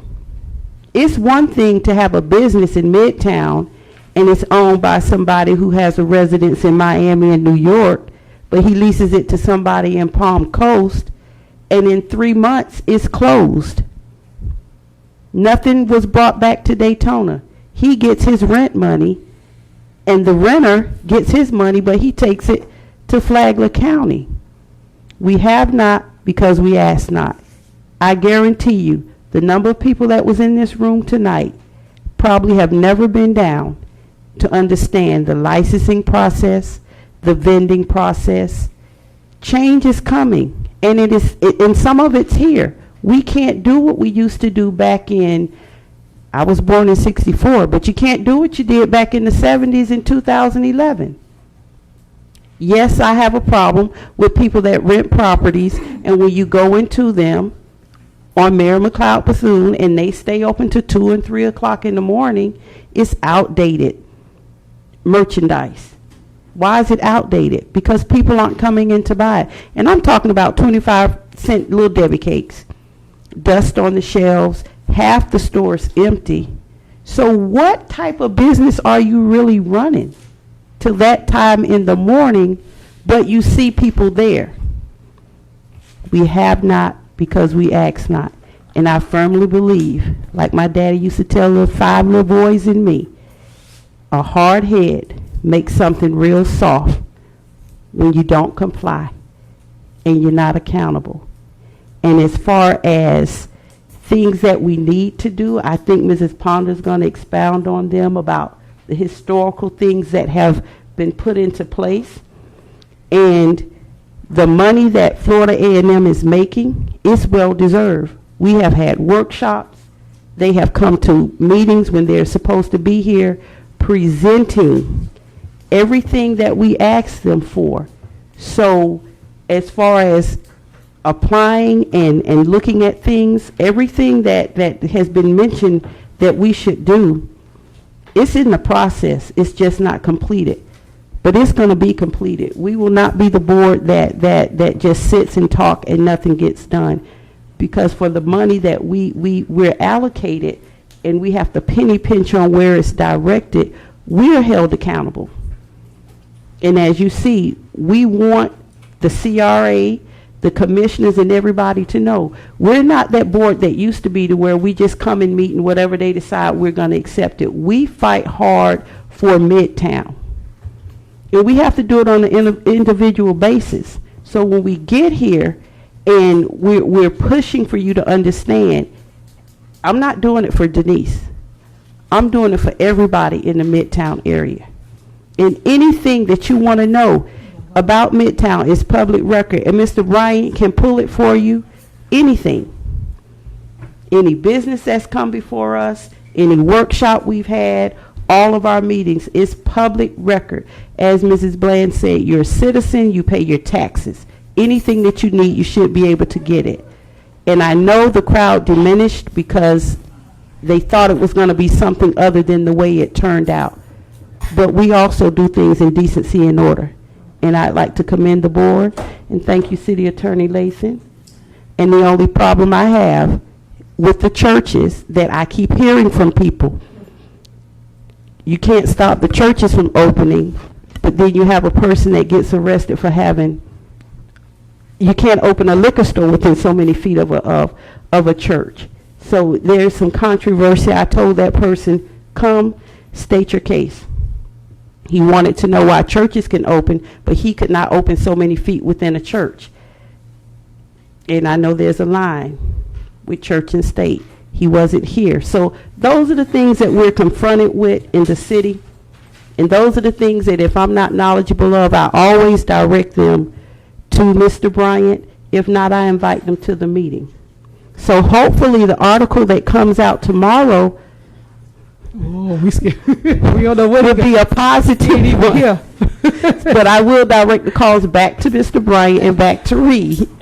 Thank you all for coming. Okay. Oh, you going to leave before I'm done? You don't sit back. I get to talk to you later. Okay, yeah. Yes. Yeah. Well, I got something to say, and then you can say that. Go ahead and say that, and then I'll say mine. Excuse me, I just wanted everyone to know children and families with loved ones in prison community forum, because this is a negative impact in our community. Wednesday, August 31st at 10 p.m. at the John Dickerson Center, facilitated by Sophie Vessel, Norman Bland, in cooperation with Daytona Beach Police, Citizens Coalition, and Derbyshire Community Group. The meeting focus is the impact of incarceration on our community. It's difficult to describe how children and families in a community will be affected by the loss of a parent or family family member to incarceration. Much depends on age, personality, and the prior relationship. If it's a parent, the care the child received while the parent was incarcerated, the length of the separation, and the opportunities for continued contact. For some, this may only be a brief separation, and for others, it may be a very traumatic experience with severe negative consequences in terms of their development and future. So if you have any questions, please contact Sophie Vest at 386-671-5235 or Norma Bland at 386-307-2580. Thank you. I tell you, she is a long-winded for being so short, ain't she? My thing is that change is going to come, and that's really important, and I want all of us to know that. Maybe all of y'all don't know me, but I ain't scared, and I'm going to say what I feel. And y'all need to come up to code with a lot of things. And if you don't come up to code, you're going to see my little cute face, me and the Popo, and code enforcement, and Mr. Bryant going to come and get you. I'm tired of it looking this way. I'm 54 years old. I grew up in Midtown. I grew up on 2nd Avenue. I ain't tolerating it no more. And you go back and tell your friends and all the other folks, I ain't tolerating it. Because it don't have to be that way. We deserve better. We don't have to live in squalor and, excuse my French, on TV shit. We don't have to live that way. We do not have to do that. We are smart people. We know what's going on. And we can do all kinds of things in this community. I like to have all kinds of businesses come in here. All kinds, all different kinds, a wine shop, all kinds of things. And I love this sister here who wants to do her vegan menu. That's great. She may give me some of that. But we have got to understand that change is here.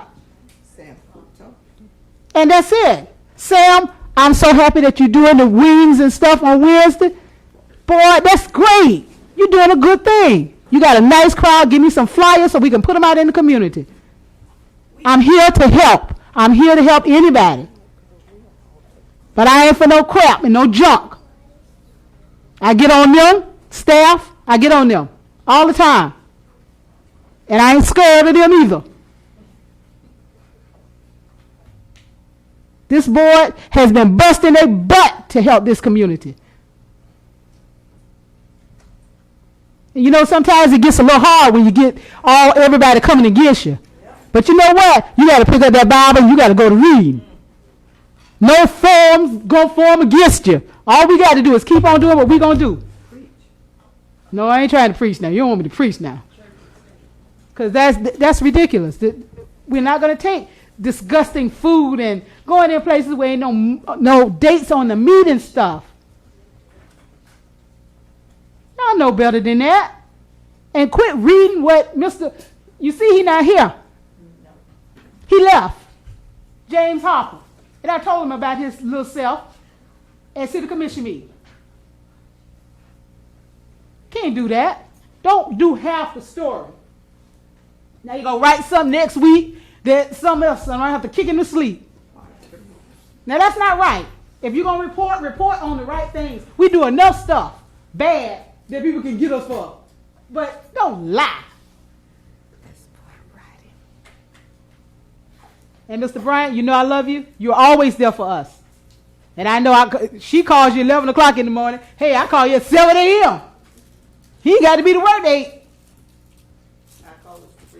Yeah. I told his wife, I said, we got to share him. You can get the good stuff, but I'll get the man in the day. And y'all know me. If you don't, you're going to know me. Because we're going to get this better. It's going to get better. It's going to get better. We're going to get better for them kids out there. So understand change is going to come and we're going to do what we feel is right. You can come to these meetings, voice your opinion, and have some say-so.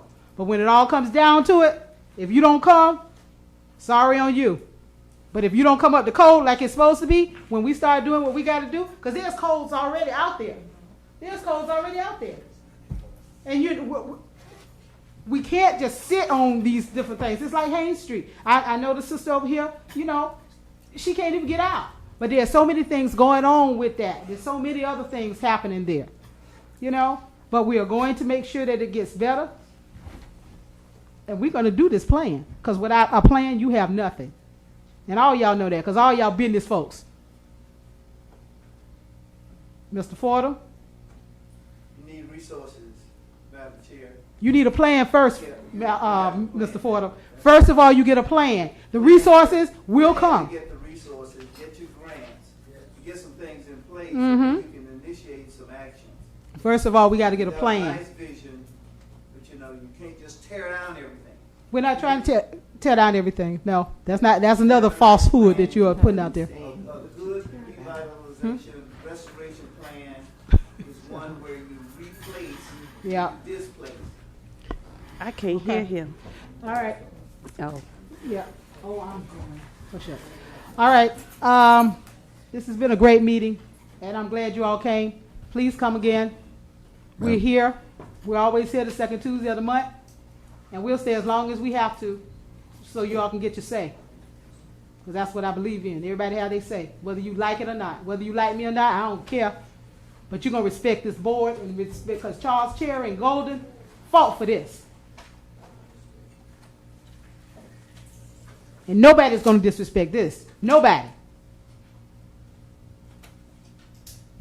We adjourn. I don't care if it's not right or not. We gone.